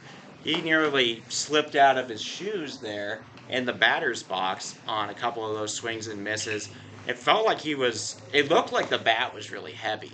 Like it looked like that bat was like driving him around. I wonder if he used like a 33 ounce or something extra big, because it felt like that bat was moving him more than he was moving the bat. Oliver, if you can look it up, I believe we have a new pitcher out there for Pinnacle Bank, number 20. I do not think this is Caden Sterling. No, it is. Oh, it is. Caden is back out there. Caden just looked different once the sun came out. Oh, look at that. It's all, yeah, just like a heavenly glow. Speaking of heavenly glow, you and I play the legendary Super Tecmo Bowl NFL football game from the early 90s, and we saw the Seattle Seahawks in this heavenly glow a couple of nights ago. They did. They went 3-0. Here we go. We are back to baseball, bottom of the 4th inning, 5-3, post 39, leading by 2 runs as we go to the bottom of the 4th inning. Caden Sterling back out there for his 4th inning of work. He fires a pitch over for a strike. Count quickly goes to 1-2 to Quinn Matos. I'm not encouraged by whatever I'm seeing building over there. But that's east. You don't have to worry about it. Okay. That will not come our way. There's scary pitch clouds over on the for 2 horizon, and 1. and I don't like it. It's all good. It's not our horizon. There's a chopper handled by the third baseman. Throw to first is in Good time. stretch. Good stretch there. Matos is retired. 5-3 on the ground out to third base. And now here comes Brandon Westerfield. Westerfield with 4 hits this morning, 3 in the Game 1 victory over the Expos of Post 22, and 1 for 2 in this game with a base hit and a run scored back in the first. There's a smash to third, throw to first in time, and there are 2 outs. 1 up, 1 down, 2 up, 2 down. And now here comes Jonah Monez, who struck out in the second inning, drew a walk and scored back in the first. Jonah making some good plays, patrolling center field in this ball game, waits for the pitch from Sterling. That pitch hits the outside corner for strike 1. On deck, it's Patrick Rule. There's a pitch, and that's over for a strike. And I'm watching Patrick Rule in the on-deck circle, Oliver, and he looks like he's got the same frame as Matt Rule, the Husker coach. I think there's some relation. There's a swing and a miss. Strike 3 and a 1-2-3 inning recorded by Caden Sterling. That's the 6th strikeout of the morning for the Pinnacle Bank starter. And there are no runs, no hits, no errors, no men left on base. And the score is stationary at 5-3. We head to the 5th inning. Pinnacle Bank trying to rally, trying to put up their first runs against Will Creed since 3 runs back in the first. It's a 5-3 lead for the South Kingstown, Rhode Island American Legion Baseball Club.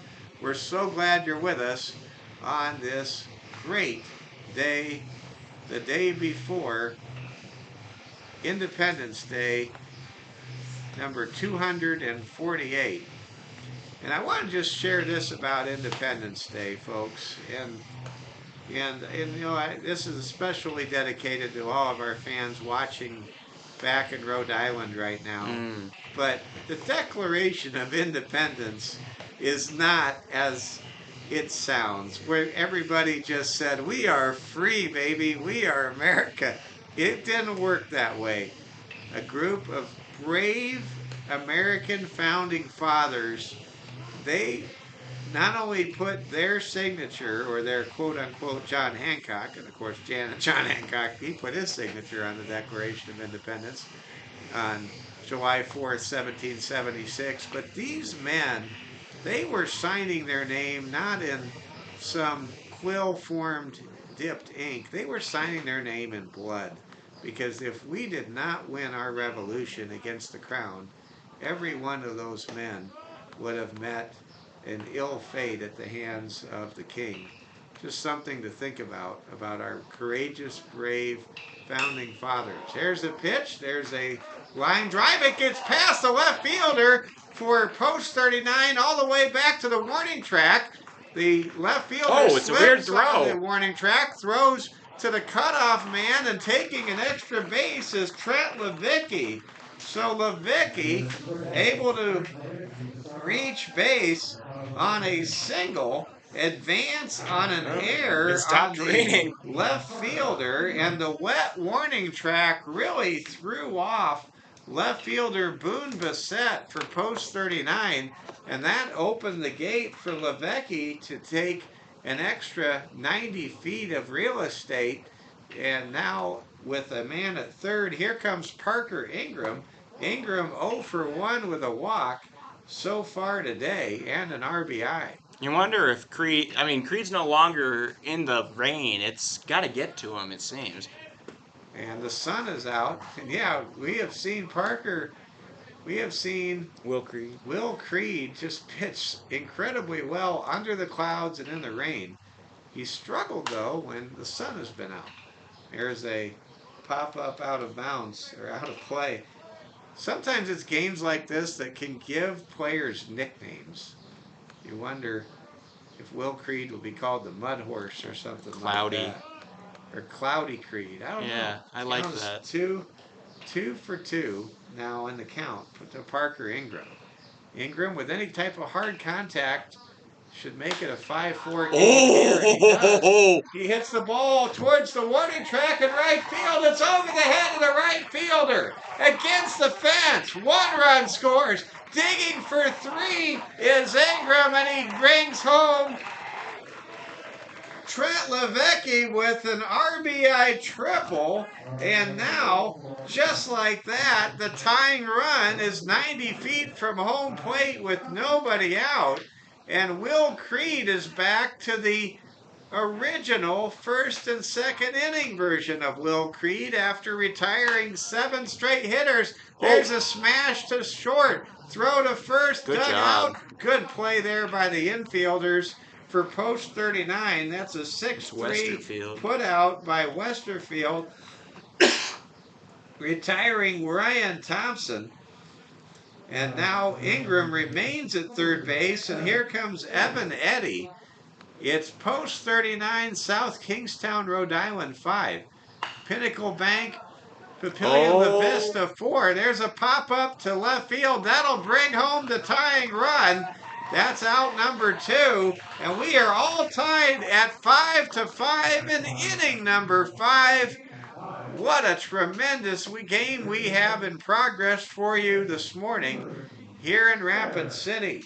So Evan Eddy with a sacrifice fly out to left field,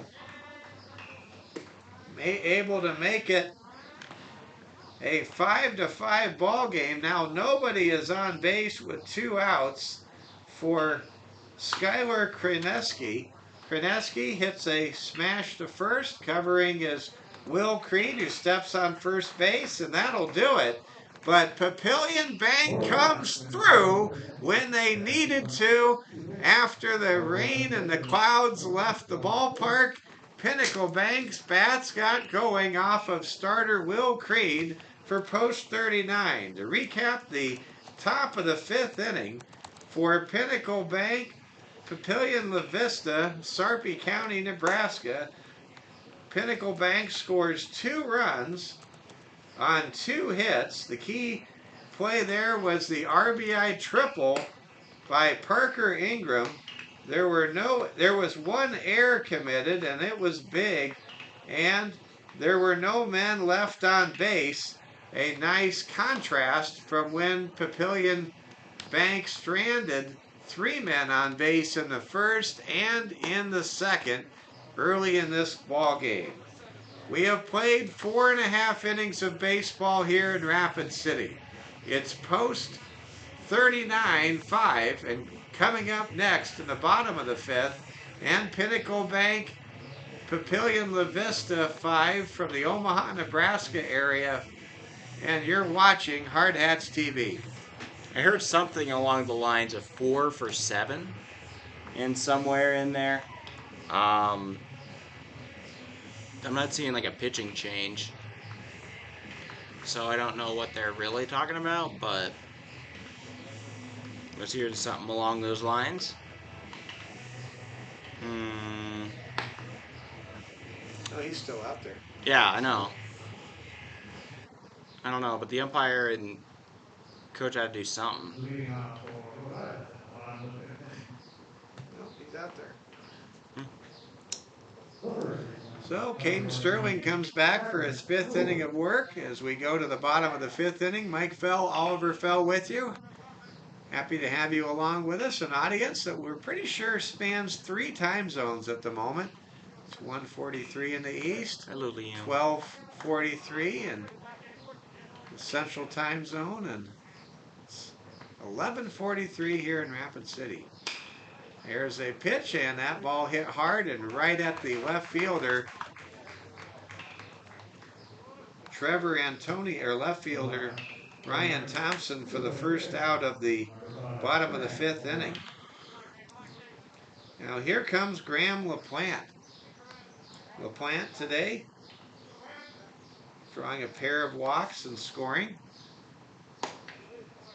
Caden Sterling and Will Creed, they've had uneven performances as starters in this game, but here they are tied 5-5, keeping their teams in this game and pitching well enough each to earn a victory if they can get the run support they need most. Here comes the 2-0 pitch now to LaPlante, and that pitch is inside for ball number 3. 1 out, nobody on. We're in the bottom of the 5th inning.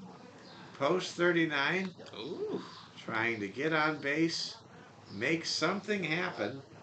Tad Kasabian is on deck for Coach Hutchins. Yeah. And the young men from America's smallest state, Rhode Island. By landmass. By landmass, yeah. Well, that's what I meant. Here comes a ball hit up the middle, handled by the shortstop, throw to first in time, and that's the 2nd out with nobody on base. Good effort there made by Alex Imig. He had to cover quite a bit of distance to make that play, and he did so very smoothly. Yeah. Something to note about Sterling here, he pitched 38 2/3 innings of 1.45 ERA ball this year in high school, while also being a part of the varsity wrestling team. All right. Here comes Tat Kasabian. Kasabian, 2 for 2 today, trying to go 3 for 3 here. He has a run scored and a run batted in. Let's see if Tat can go 3 for 3.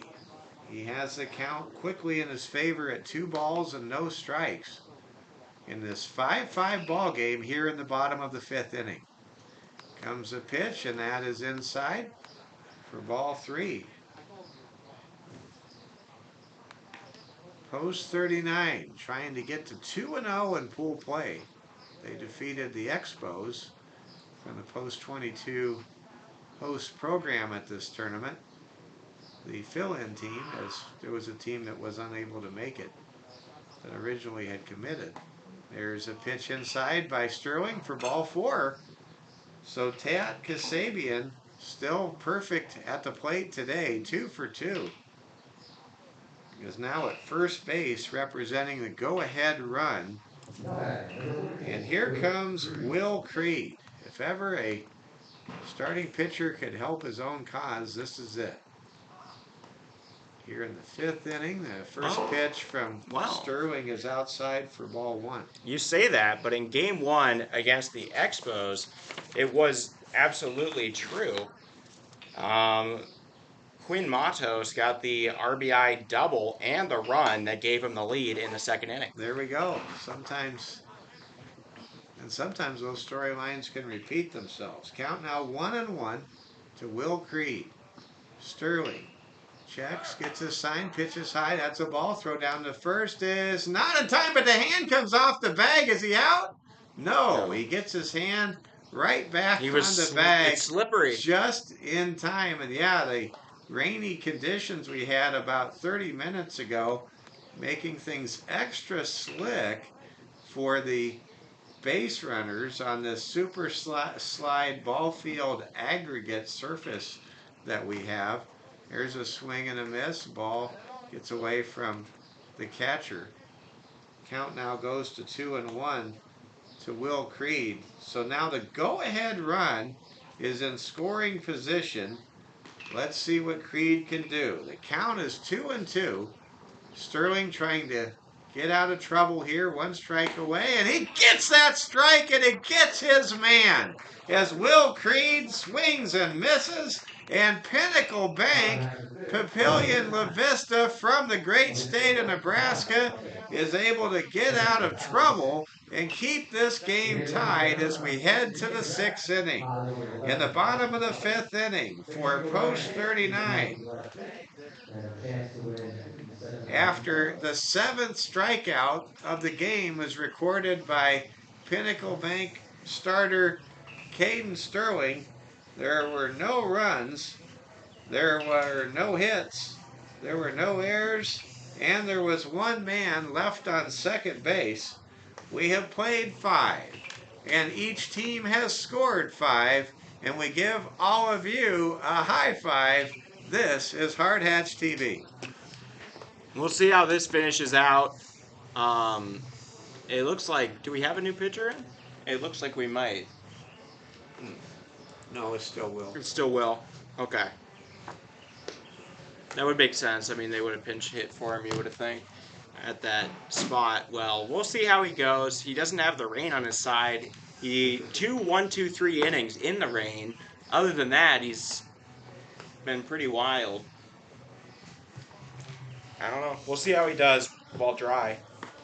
We now go to the 6th inning. Happy to have all of you with us. Here on Hard Hats TV, we're bringing you all 30 games of the Firecracker tournament. Last year, Firecracker won by the host team, Kelvin Torvey's Post 22 Hard Hats, as they defeated Next Level Baseball from North Carolina. This year, special guests from the eastern part of the country. You're watching them play right here, right now. And we have a tie game between the Post 39 South Kingstown, Rhode Island team and the Pinnacle Bank Papillion-La Vista Sarpy County team. Pinnacle Bank wearing their maroon and gold. That's consistent with Papillion-La Vista High School's Monarchs. Seen many a Monarchs football game against my alma mater, Creighton Prep, back in the day when both teams were at the top of Nebraska Class A high school football. Papillion made their first football state championship appearance in 1985 and lost to Creighton Prep in that game. Here comes a pitch. Ball is struck to center field, and that's a leadoff base hit by Skylar Kreneski to get things started here in the top of the 6th for Pinnacle Bank. Papillion-La Vista. Now here comes, or actually I want to correct myself there. It was Trevor Antoniak with that leadoff hit, as Kreneski was retired to round out the 5th inning earlier. So now here comes the leadoff hitter batting second in this inning, Easton Schneider. Easton so far yet to get on base via a hit. He did reach on an error and scored back in the first. And he is wearing number 1 appropriately as the leadoff hitter, number 1 in the lineup. He squares the bunt, fouls the ball back to the netting. Count now 0-2 to Easton Schneider. This is a tie ball game. We're in the 6th inning. This will be a 7-inning game. This game literally could go either way. Ball hit hard and through the hole on the right side of the infield, and that's another base hit. Schneider's first today against Will Creed, and now there are 2 on and nobody out. And here comes Alex Imig. I'm checking the bullpen. Maybe you can get a better look at it, Oliver, and see if there's any activity in the bullpen behind Will Creed. No. For post 39, but you wonder if somebody might get up pretty soon. Creed threw a lot of pitches in the first 2 innings. Then, of course, he got on that serious roll the moment that everything clouded up and the rain came down. And then Creed has struggled since the sun came back out. Literally, Creed's success level is correlated with the skies above. There's a pitch, it's popped up and it's caught! That's going to be a pop-up on a sacrifice bunt attempt by Alex Imig. Good heads-up play made right there on the pop-up bunt. As now Tanner Apgar comes up to bat. Graham LaPlante did a fine job of locating that popped bunt and making the catch. Here comes the first pitch to Tanner Apgar. Well, we have seen Apgar demonstrate a proclivity for the power cuts through the zone. He definitely likes to swing hard. Yeah. There's a swing and a miss for strike 1. Watching Tanner Apgar swing reminds me of watching the legendary walrus Craig Stadler swing off the tee. At a pro-am I attended in Omaha years ago at Westwood Country Club. There's a swing and a miss for strike 2. Count now 1 ball and 2 strikes to Tanner Apgar with 2 on, 1 out here in the top of the 6th inning. Here comes a pitch to Apgar, and that is high for ball 2. Coming up next, it'll be Omaha Skutt Catholic High School versus the Pueblo Azteca team. Here comes the pitch, and that's outside for ball 3, and the count is now full.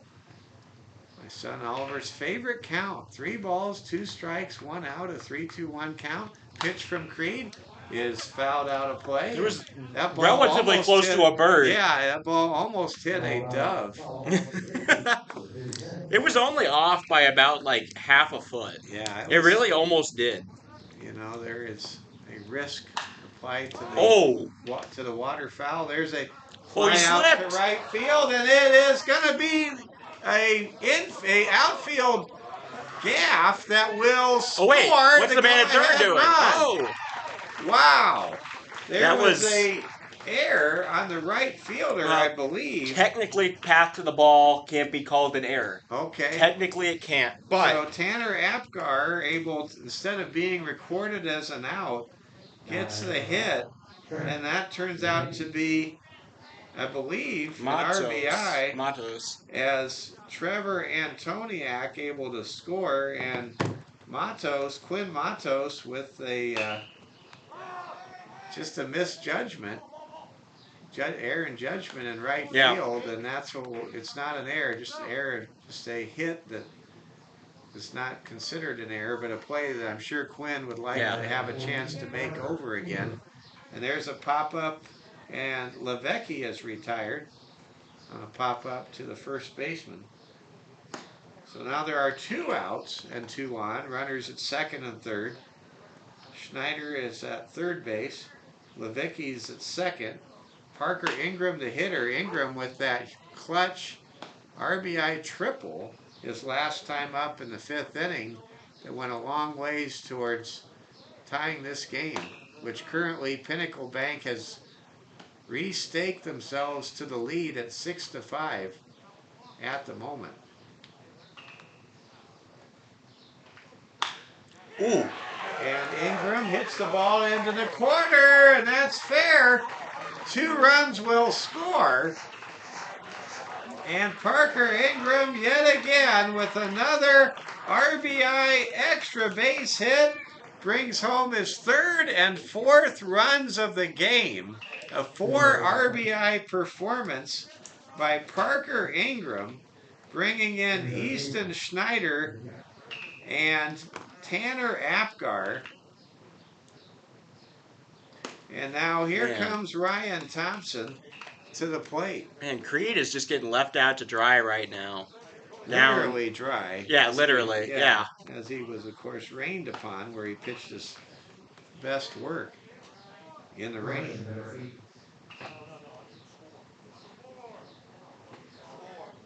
The scoreboard says it's wrong. It should be 7-5. 8-5. It's 8-5. It's not 7-5. Now they change it. Yeah. It's 8-5. And here comes Ryan Thompson. How about Parker Ingram's 4 RBI day today? Yeah. There's a wild pitch. Advancing from 2nd to 3rd is Parker Ingram. Ryan Thompson, the batter. 2 out, 1 man at 3rd. Will Creed, who has pitched very well after an uneven beginning, which he allowed a lot of base runners but not many hits, has really been hit hard here in the 6th inning and in the 5th. And you can see that Will Creed's pitches do not have the same action or movement or velocity as you would expect that they had in the first 4 innings of this ballgame. Yeah, something to note here. There is no they've gone, this is their 2nd game of the day, and they threw 3 pitchers in game 1 because they needed to in that very close game against the Expos. They pulled their original starter, Matos, very early, in my opinion, in that game. And then their reliever, who was junior, couldn't finish. And Will Creed able to strike out Ryan Thompson. And for Will Creed, that is the 4th strikeout of the ball game. But for Pinnacle Bank, Papillion-La Vista from the southern part of Omaha, Nebraska, they celebrate a 3-run top of the 6th inning. Pinnacle Bank with an 8-5 lead, and they are 6 outs away from getting to 1-0 in pool play and dropping post 39 to 1-1 in pool play. But a lot of baseball yet to be played. We have a pitching change, someone coming in from the Pinnacle Bank bullpen. Let's recap the top of the 6th inning. There were 3 runs on a grand total of 4 hits. There were no errors, and there was 1 man left on base. And now Landon Evers is on the mound, replacing Caden. Landon Evers is in the game, according to the PA announcer. It's Landon Evers. So Caden Sterling, he is the pitcher of record. He can get a win. He goes 5 innings strong, yields 6 hits, works around a number of precarious, threatening situations, and is able to rack up 7 strikeouts over 5 innings, and gives his team a chance to get the win and himself a victory if the Pinnacle Bank Ball Club from Sarpy County, Nebraska can hang on. It looks like Papillion throwing out their closer here. Across 10 appearances and 17 and 3rd innings pitched, Landon Evers collecting 2 wins and 2 saves without a blown save to his name, with just a 3.63 ERA. All right, thank you, Oliver. We now begin the bottom of the 6th inning. Boone Bissett, Mark Hutchins Jr., and Quinn Matos, bottom of the order, due up for South Kingstown, Rhode Island. There's a pitch over for a strike. Count is 1-1 to Boone Bissett.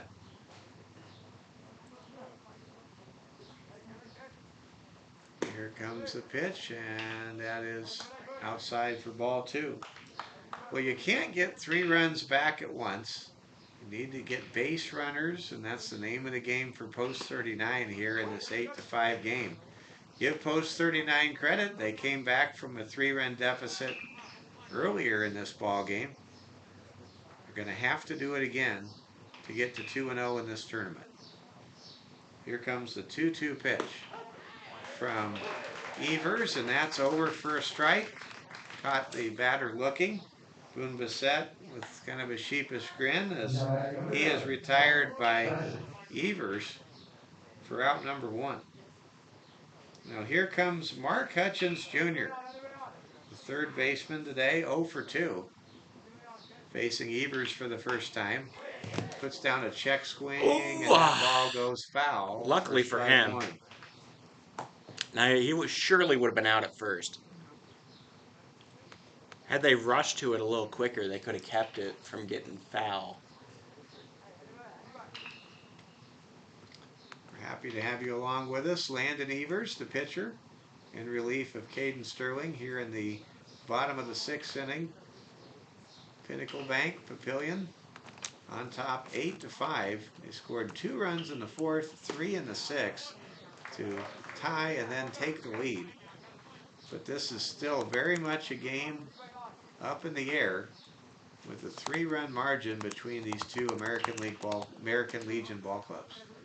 Here comes the 0-2 pitch, and that's over for strike 3. And you can see Landon Evers has big boy stuff as he nails down a pair of Ks to start the bottom of the 6th inning for Pinnacle Bank. Rather foreboding message in our chat saying, from our very own Liam Wolf, have you seen how bad the weather is supposed to be there tonight? I have not, and I hope you're wrong.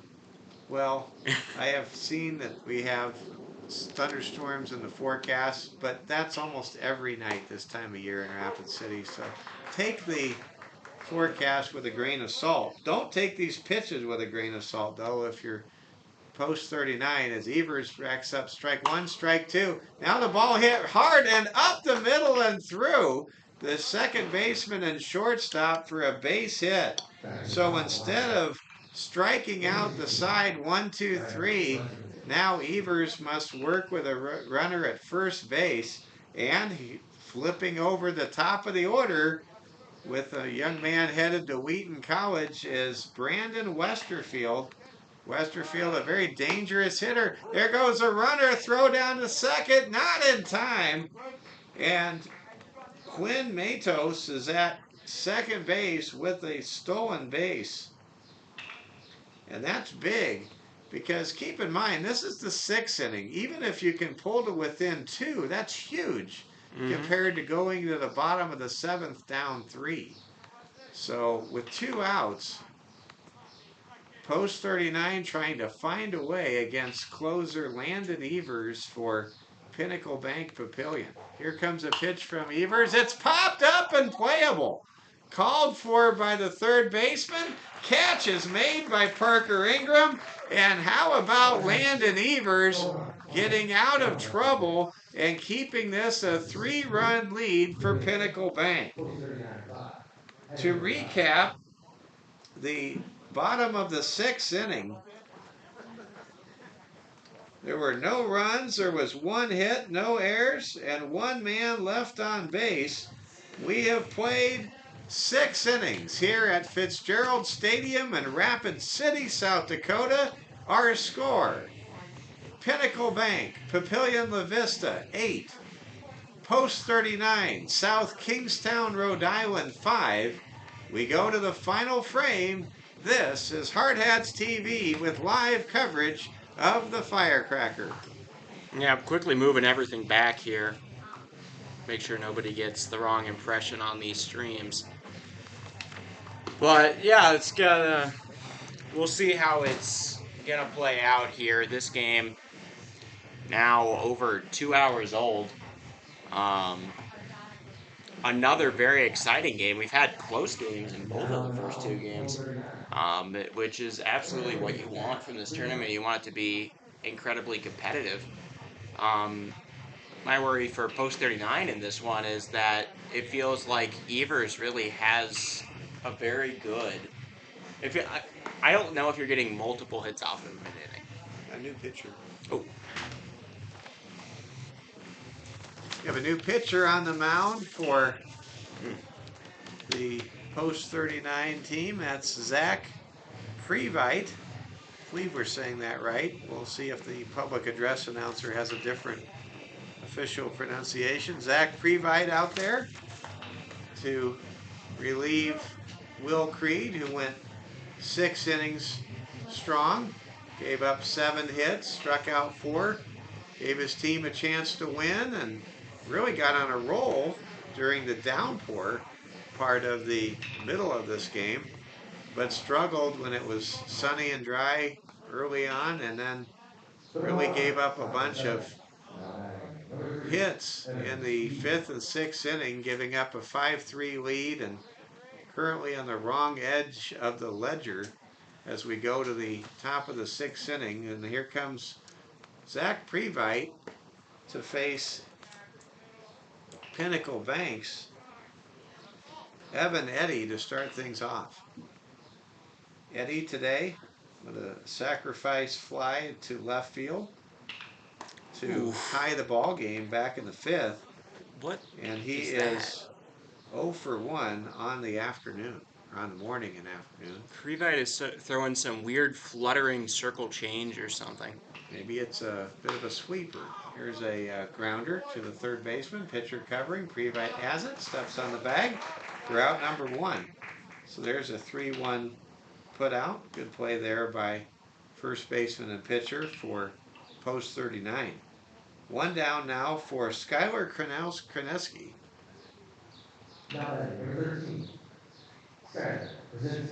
Skylar Kreneski, the hitter. Skylar 0 for 1 today with a walk and an RBI.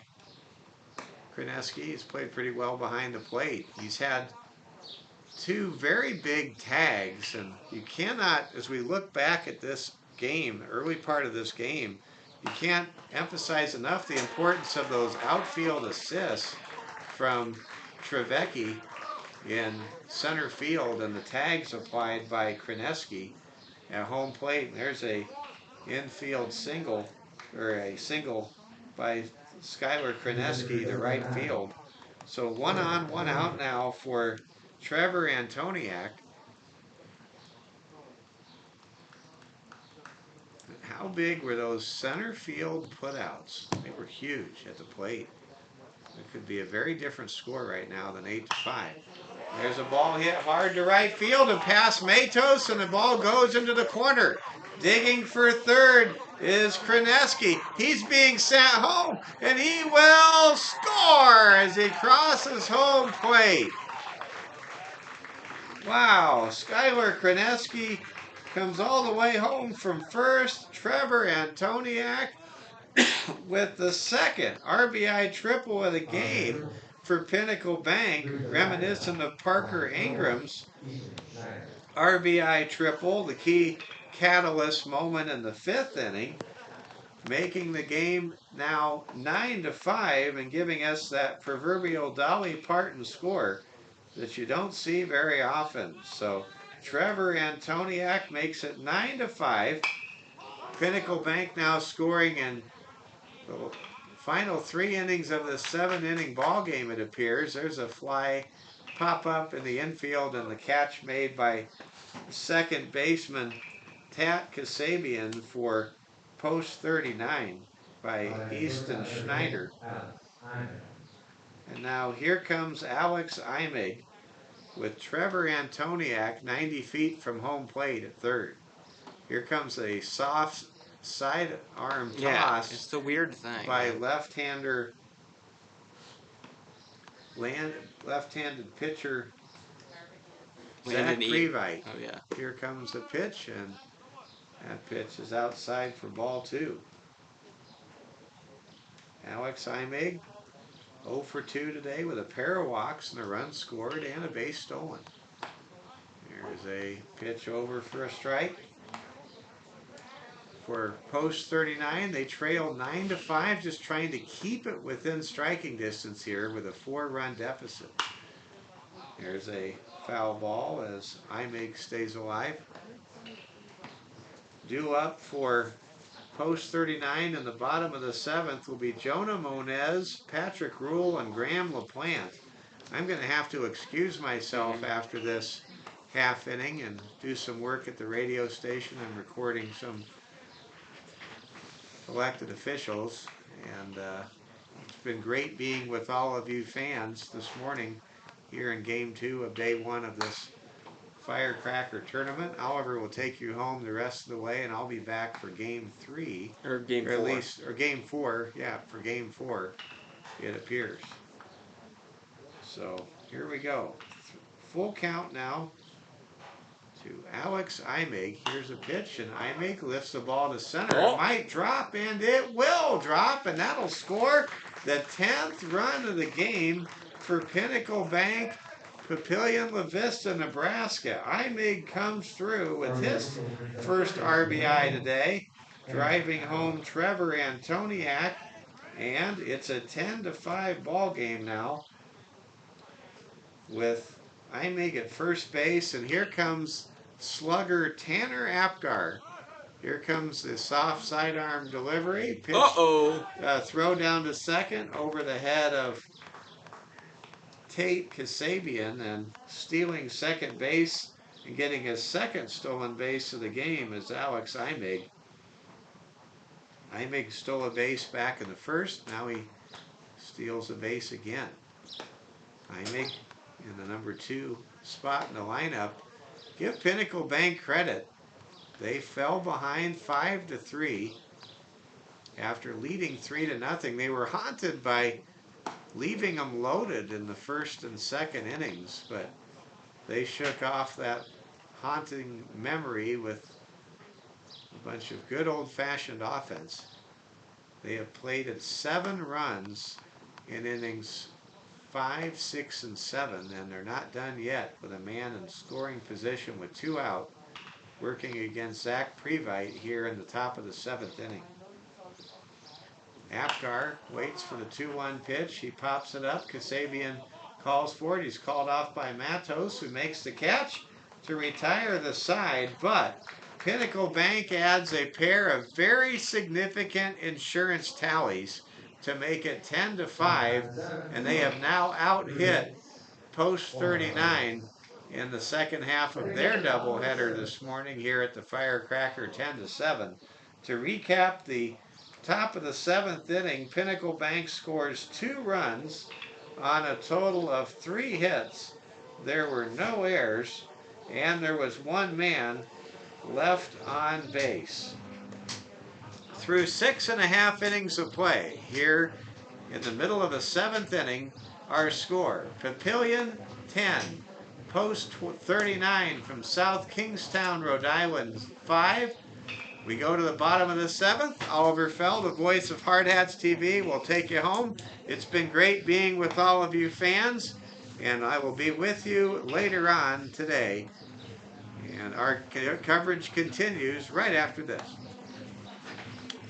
All right. Well, we'll see if they can finish it out. Papillion on top 10-5 as we enter the final frame of this ball game.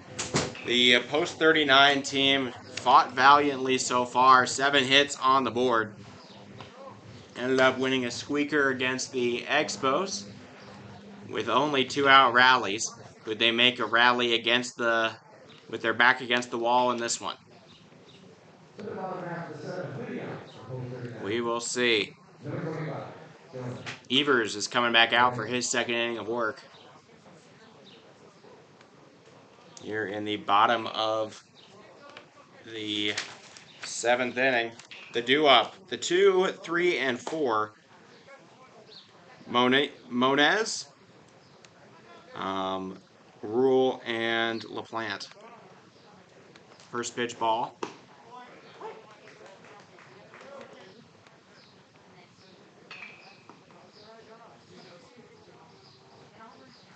All right. That was a strike, so now 1-1 count here. Evers twists and unwinds a ball. A very twisty motion, a lot of elastic momentum coming from him. Which fouled away. It's good for velocity, but also, you know, that ball almost actually hit a window on our Catch-22 merchandise store, which is not open yet, but it will be.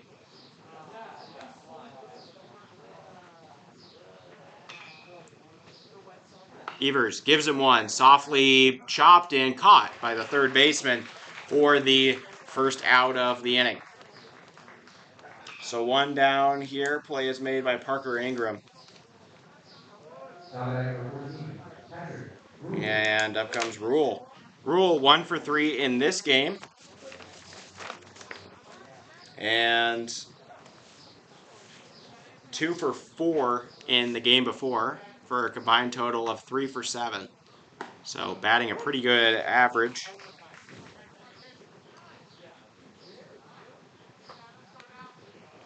On the tournament thus far.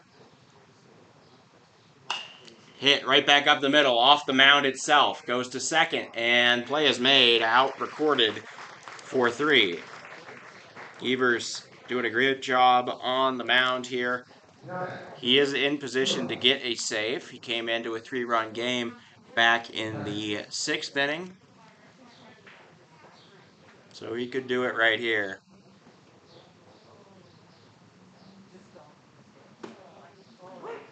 Strike 1.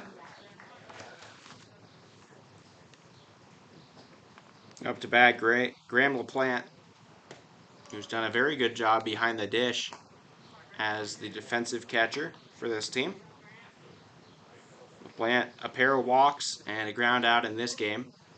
Ball to the backstop taken. In the game before, he had 2 walks as well, a hit by pitch and a single. So on the day, his OBP is something ridiculous. He's only been out at the plate once. He has 1 hit, so he's 1 for 2 with 4 walks and a hit by pitch. Oh my gosh, it's Joe Rogan. Anyway. But yeah, I'm excited. The Blue are going to come up next, Azteca playing Scott Catholic. Well, at the conclusion of this game, there's his 5th walk of the tournament. Taken by Graham LaPlante, and here's the 2-out rally. This is how they did it against the Expos. They had 11 hits. All 11 of them came with 2 outs. And they ended up winning regardless of the hit sequencing. Kasabian going to be pinch hit for, strangely. Oh, wait, no. Zach Previte. Darren Clark going to courtesy run, which is interesting because he was the catcher. He's going to courtesy run for LaPlante. And then Zach Previte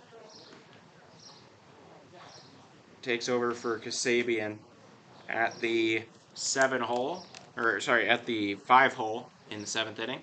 That's turned on to third, handled cleanly. The throw, going to be a close one, and got him!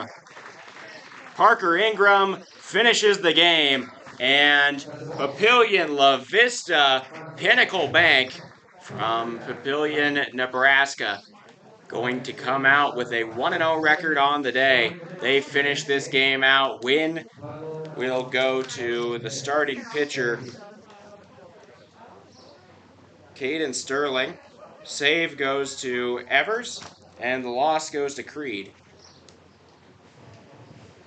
Final score here. Papillion puts up 10 runs on 10 hits with 1 earned run, with 1 error.